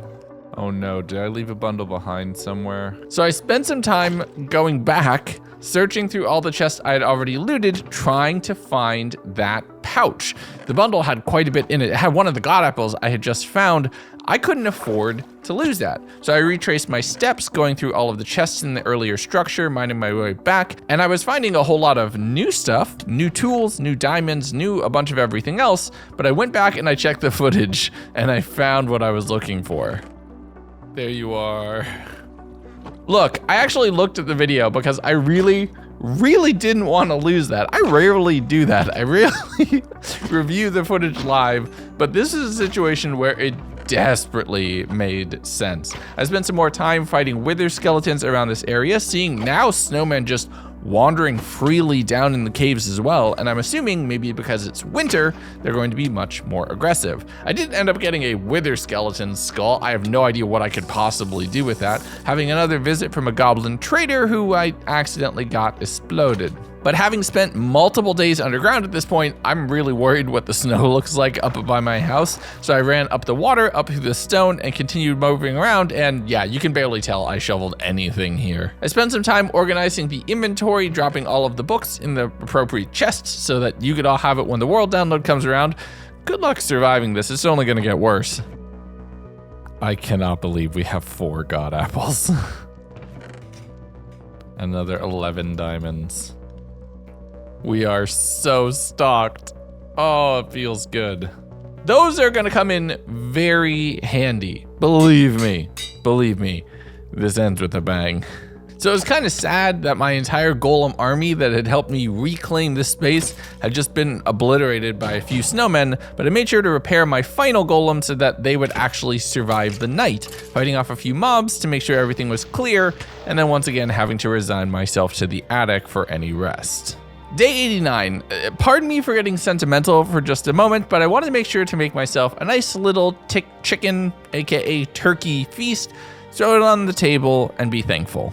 So it might be almost the end of the year, IRL, well, in-game, but it is just, or it was just Thanksgiving, so happy Thanksgiving, everybody. But returning back to the work and winter and holiday decorations, I made myself some glow lights in a bunch of different colors, some red, white, blue, and purple, and I went around to all of the leaves in the tree that was directly outside of my house, in the little bit of a canopy that was left, and made my home a little bit more festive. Love to see it. Look at that. It's beautiful. I mean, it's covered in snow, but it's beautiful. It's a nice little holiday moment. We really do need to do something about all of this snow. So I thought, let's actually invest in some proper snow clearing tools. I made myself a diamond shovel, went up and enchanted it to get efficiency. I also got silk touch, which means I was gonna get snow layers instead of these snow balls, which meant I could maybe actually do something with this right here. I used the snow blocks to actually repair the kind of coastline between the lake and the coast. So that way it wasn't just a straight meter drop as soon as you got to ice. And that was gonna come in handy because I wouldn't want to get trapped there as a blood moon rose that evening. Oh no, oh no, oh no. Okay. And at this point, I was a bit of an old soul. I kind of knew how I needed to get through this night. I knew what I needed to do. I just didn't know everything I would find. A chicken. But it turns out, not all of my golems had died. Actually, a few of them had wandered back into the woods and I had no idea. There was a decent bit of mobs here and I was able to move around a little bit, kite from place to place, but the just intense amount of snow was somewhat safeguarding me from the dark magic of the blood moon, as these two hazards that were both trying to kill me were kind of conflicting for who would get the honor, and the weather was winning right now. I'd pause my recording. I just fought zombies all night and you didn't get to see it. I just noticed that it was a pause because my family needed me. So I fought zombies all night, and keeping this video and having all of the scenario that you just watched last week still on that drive, it filled up, and I only noticed in the morning. Oh my god, this is so... It's like too deep. It's genuinely 2 blocks deep. I would be buried if this was normal snow.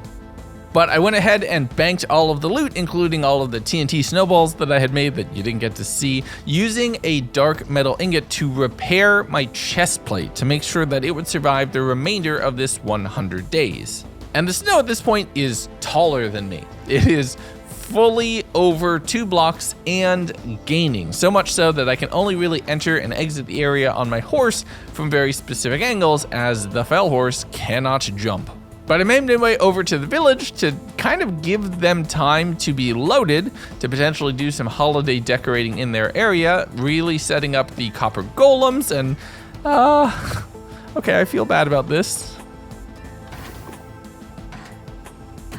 Oh, I'm so sorry. Oh, please stop burning. Okay. I feel bad. They're so excited to push buttons. Oh, you zoom in, my friend. Really? No decorations up at all? I'm disappointed, village. Thought you would have done something by now. But apparently they weren't feeling very festive. I mean, I know it's because they're in unloaded chunks and they don't actually get to do anything when they're not in loaded chunks, but I'm gonna rag on them. They didn't put up their holiday lights and I'm gonna make fun of them for it. I spent some time stealing whatever money I could find, as well as dealing with a few mobs that were around, and was kind of like a slightly bit of a guardian angel Grinch. I steal and I keep them alive. So yeah, we'll call that an even trade.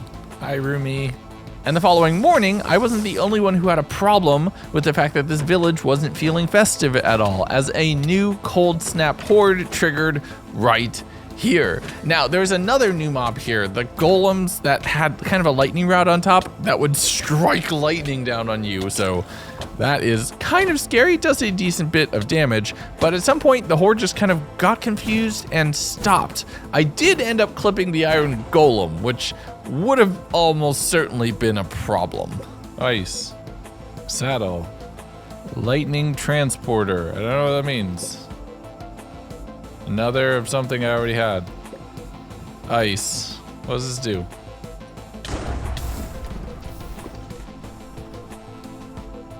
Oh, it makes lightning. I guess I should have guessed that. So wait, is this how I can trigger it manually? It is. So I re-summoned a confused horde, kind of accidentally, just summoning them and fighting them off with magic arrows and not really a lot of backup. The drunken effect is probably the worst thing out of all of this, but the snowballs with rocks in them and the rate at those would be fired, I'm just constantly tanking hits as I'm trying to move forward towards those snowmen, and that's costing me a lot of durability damage on my armor, and I'm not really noticing it in the moment, but it is going to become a problem as things are about to break. But I fought through the day, slicing up some snowmen and clearing a tier 1 horde, getting an advancement. I had cleared the tier 2 a few days prior, and I finally got some blocks to really set the holiday mood. Candy canes! Okay. We have to go use that. So I booked it back home, going to my loot room, the loot chests, and spending some time dropping off and organizing all of my inventory, and it is overflowing. I have done a significant amount of murder through this 100 days. But the following morning, we're making the place look a little bit more thematically festive. And this is gonna come out right before Christmas, so happy holidays, everyone. It's not perfect, but it kind of works. I spent a little bit more time cleaning up snow and then was riding out and along on the fell horse because I'm starting to run out of melons again, and I really need to hope that I can find some in chunks that were previously loaded and that they hadn't been replaced by snow. I found a few patches here or there before heading out and finding some very interesting looking pigs. But the problem that I had is that they were standing on a metric ton of powdered snow. And I'm not kidding, this is powdered snow, 6 blocks deep, and it's everywhere, genuinely everywhere, and no matter what I could do, it took so much effort to just get back onto land. That beach is a death trap.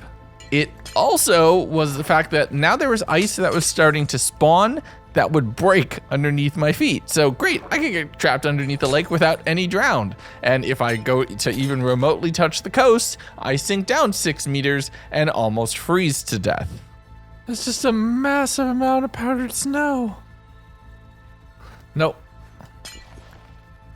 I did see a mine shaft across the way, but there was nothing but powdered snow underneath it, so I couldn't get close to it. It was really a problem, so I had to pearl up and over the mountain, landing in, you guessed it, even more powdered snow. But I did eventually make my way towards solid ground, finding 2 of the haunted pumpkins that I had fought a few times, a new dark well, which had a significant number of blaze rods and blaze powder in it, more than I would need to beat the game. We can beat the game. I never planned to be able to beat the game. I thought I'd just have to freeze to death.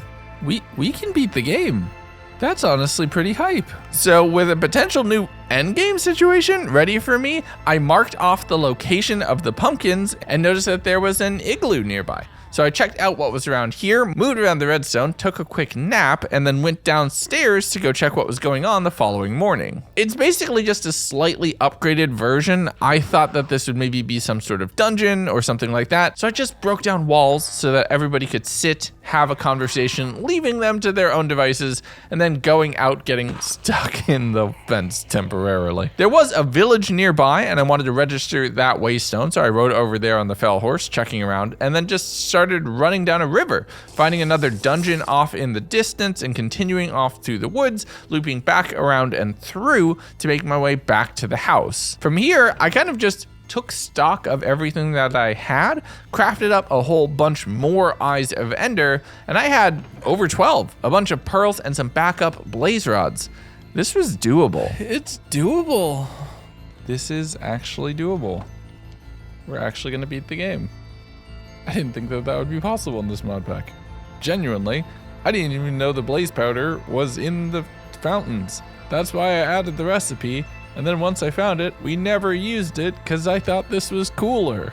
So yeah, sometimes it's not the adventure you set out to make for yourself, but it's the one that you find along the way. I spent some time repairing all of my armor, specifically my pants, as another Blood Moon rose, because you can't have a major step forward without a few setbacks. Oh my god, that's huge. And then from here, that's 28. 26. Okay. I need to put these on. We need to preserve these. So I fought mobs throughout the whole night, mainly to try to earn up the levels to be able to combine those two pairs of pants so I could get everything set up and I'd have thermal tuning pants that would have enough durability to actually survive the remaining 10 days or so. There was a decent bit of mobs. The nightmare stalkers were really my main problem, and the creepers that would explode and blind me in the middle of the forest, allowing other mobs to sneak up and attack me as well. But I was doing okay, just managing spawns, making sure to kite around, and avoiding staying in one place for far too long, as the zombie kind of pylon mechanic and horde mechanics were something that I've kind of learned at this point, and if you keep unloading them as you keep running to fight new mobs, they never really get to spawn an overwhelming number. So the morning of day 94, I'm feeling pretty good. I have everything set up. I just spent some time organizing my inventory, bringing along enough juice that I can make the whole trip, setting up my fell horse, packing the eyes in my pocket, and bringing along the anvil to fully repair my pants as soon as I have the experience to do so. With that, I grab my sleeping bag, and it was time to head out. I need to stop doing that. I really need to stop doing that. You know, before we go, why don't we just upset it for a little bit?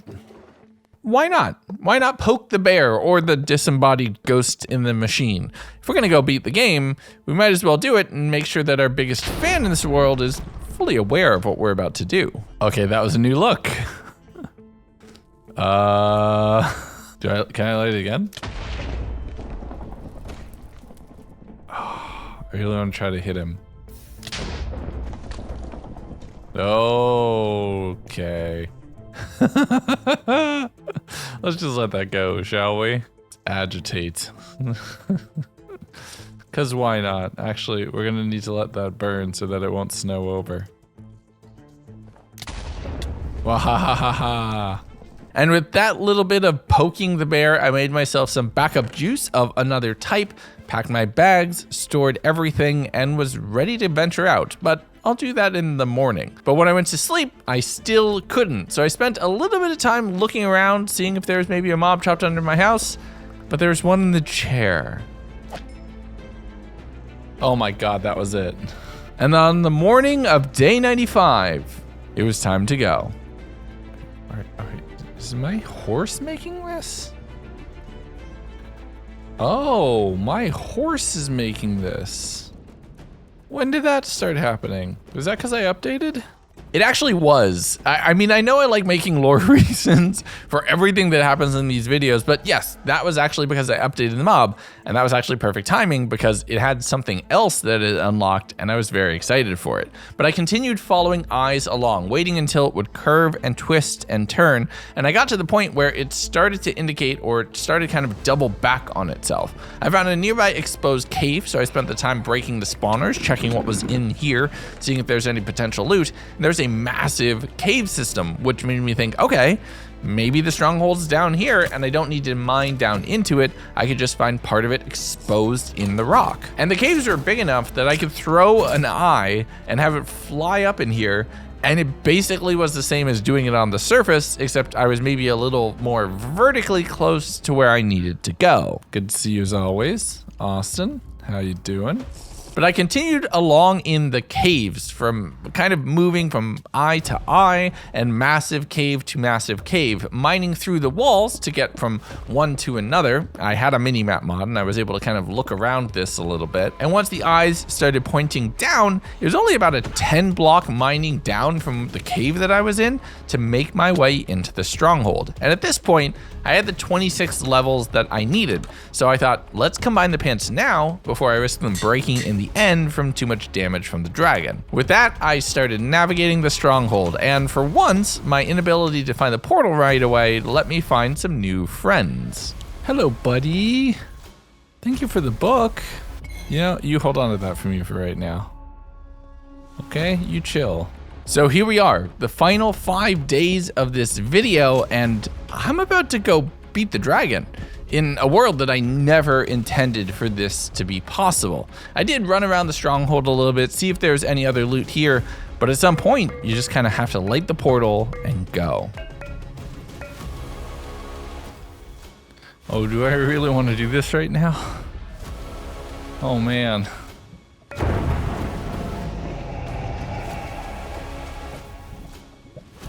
I'm gonna be completely honest, when I started this playthrough, this was not something that I imagined was possible. I thought this was gonna be man versus elements, not man versus dragon. Screw it.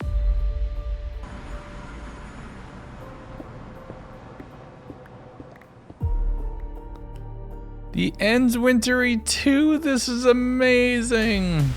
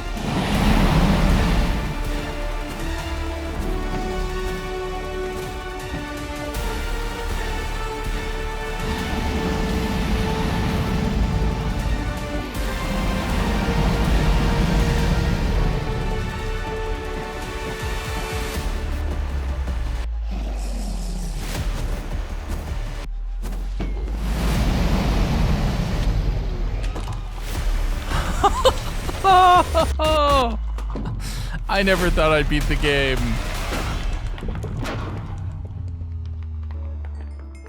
This is awesome. That took a whole day, but it was worth it. We did the impossible. So the following morning, I woke up with Endstone in my hand, and I was never supposed to get that in this adventure. There are so many things that I thought would be locked and impossible without the Nether, and I wanted to kind of rub my victory in Herobrine's face. No shrine for you. I took care of a few mobs around my house and then admired the impressive snow coverage. The snow is officially taller than me now. I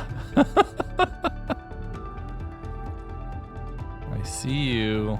And I thought, you know what? If we're finishing the game, let's finish the game fully. I crafted up a tier 3 snowman globe and decided to take on the Horde once again. And tier 3 operates very similar to the previous two, with 2 new additions, as was the tradition. First is these purple snowmen who can teleport around and actually drop chorus fruit when you kill them to allow you to teleport as well. And I didn't know it at the time, but that was going to be massive. That was actually going to unlock a true final encounter for this 100 days. But I'm not gonna lie, I was taking a decent bit of damage and a whole lot of weather to my home. Nope, get the fire away from my house. Not wanting the thunder golems, for lack of a better term, to burn down my house, I had to kind of jump from one spot to another to another. The sludge on the ground, slowing and freezing me, even with a lava bucket in my hand, is immensely frustrating. But I'm getting a ton of presents from this, and I'm fighting my way through the horde as best I can. But it is costing me a ton of durability. Oh my god. My house is covered in snow. Back off, Frosty. What broke? Oh no, my helmet. Oh no.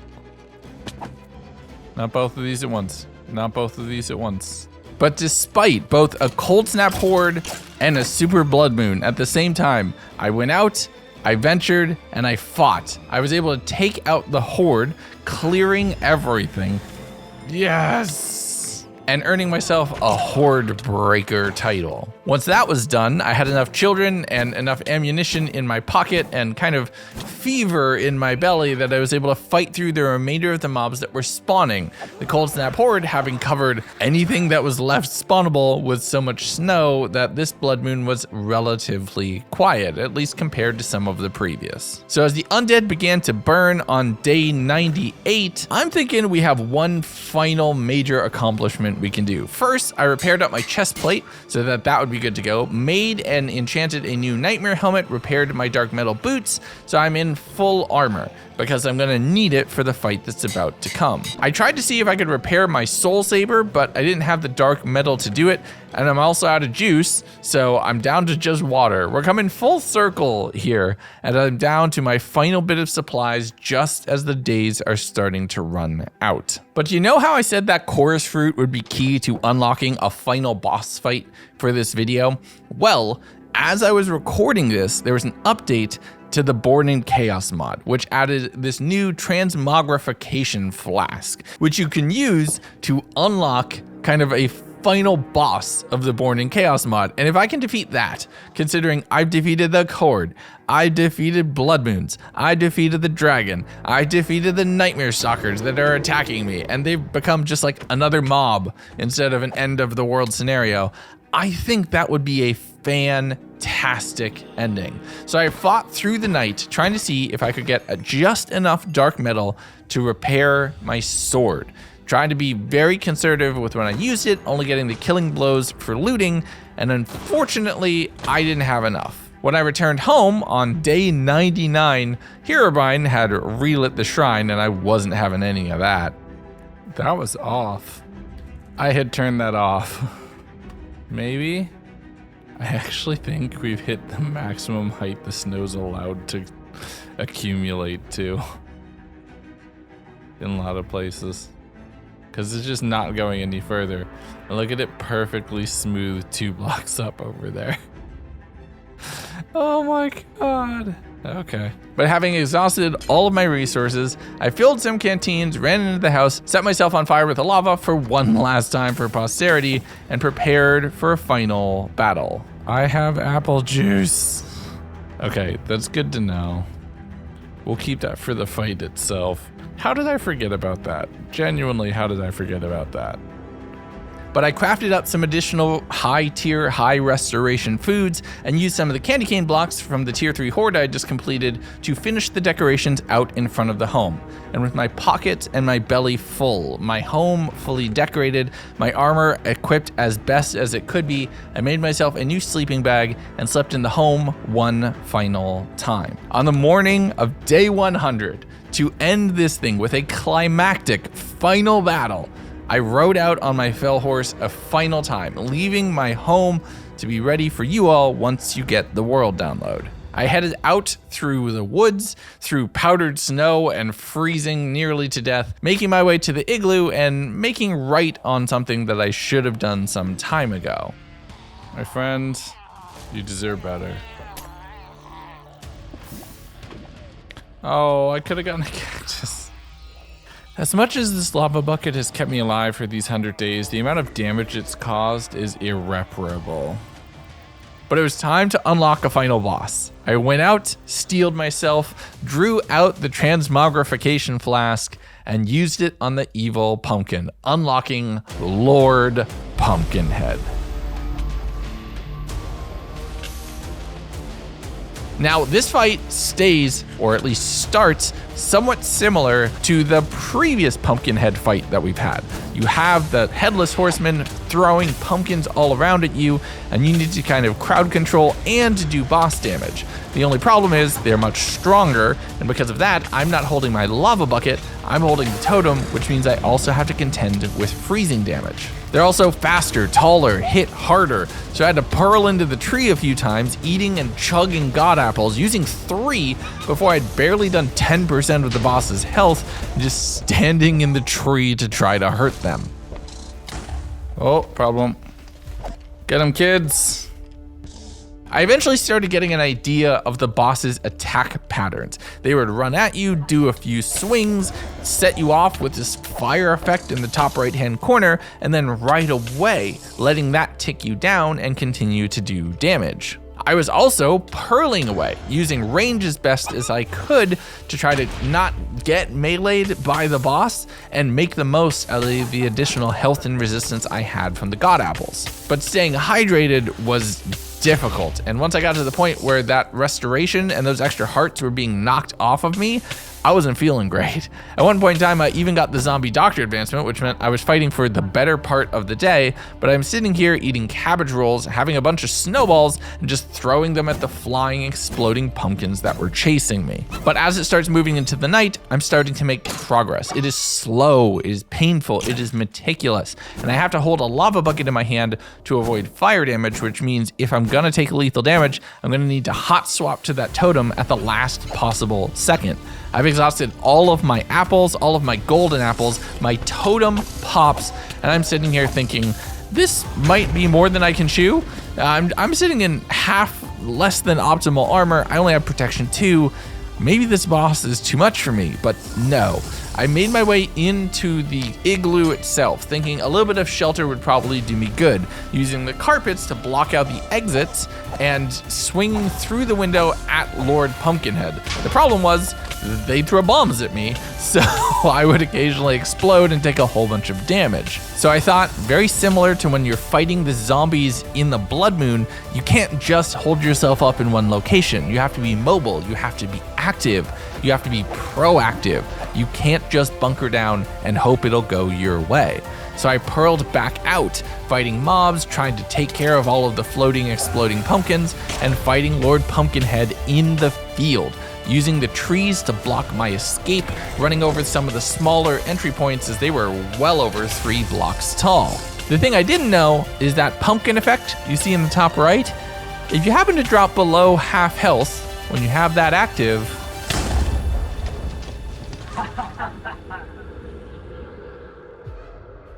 and that's the last of my adventure here in the frozen wilds. Don't worry, I'll be punished for my failure. My next adventure, you could say it's a bit of damnation.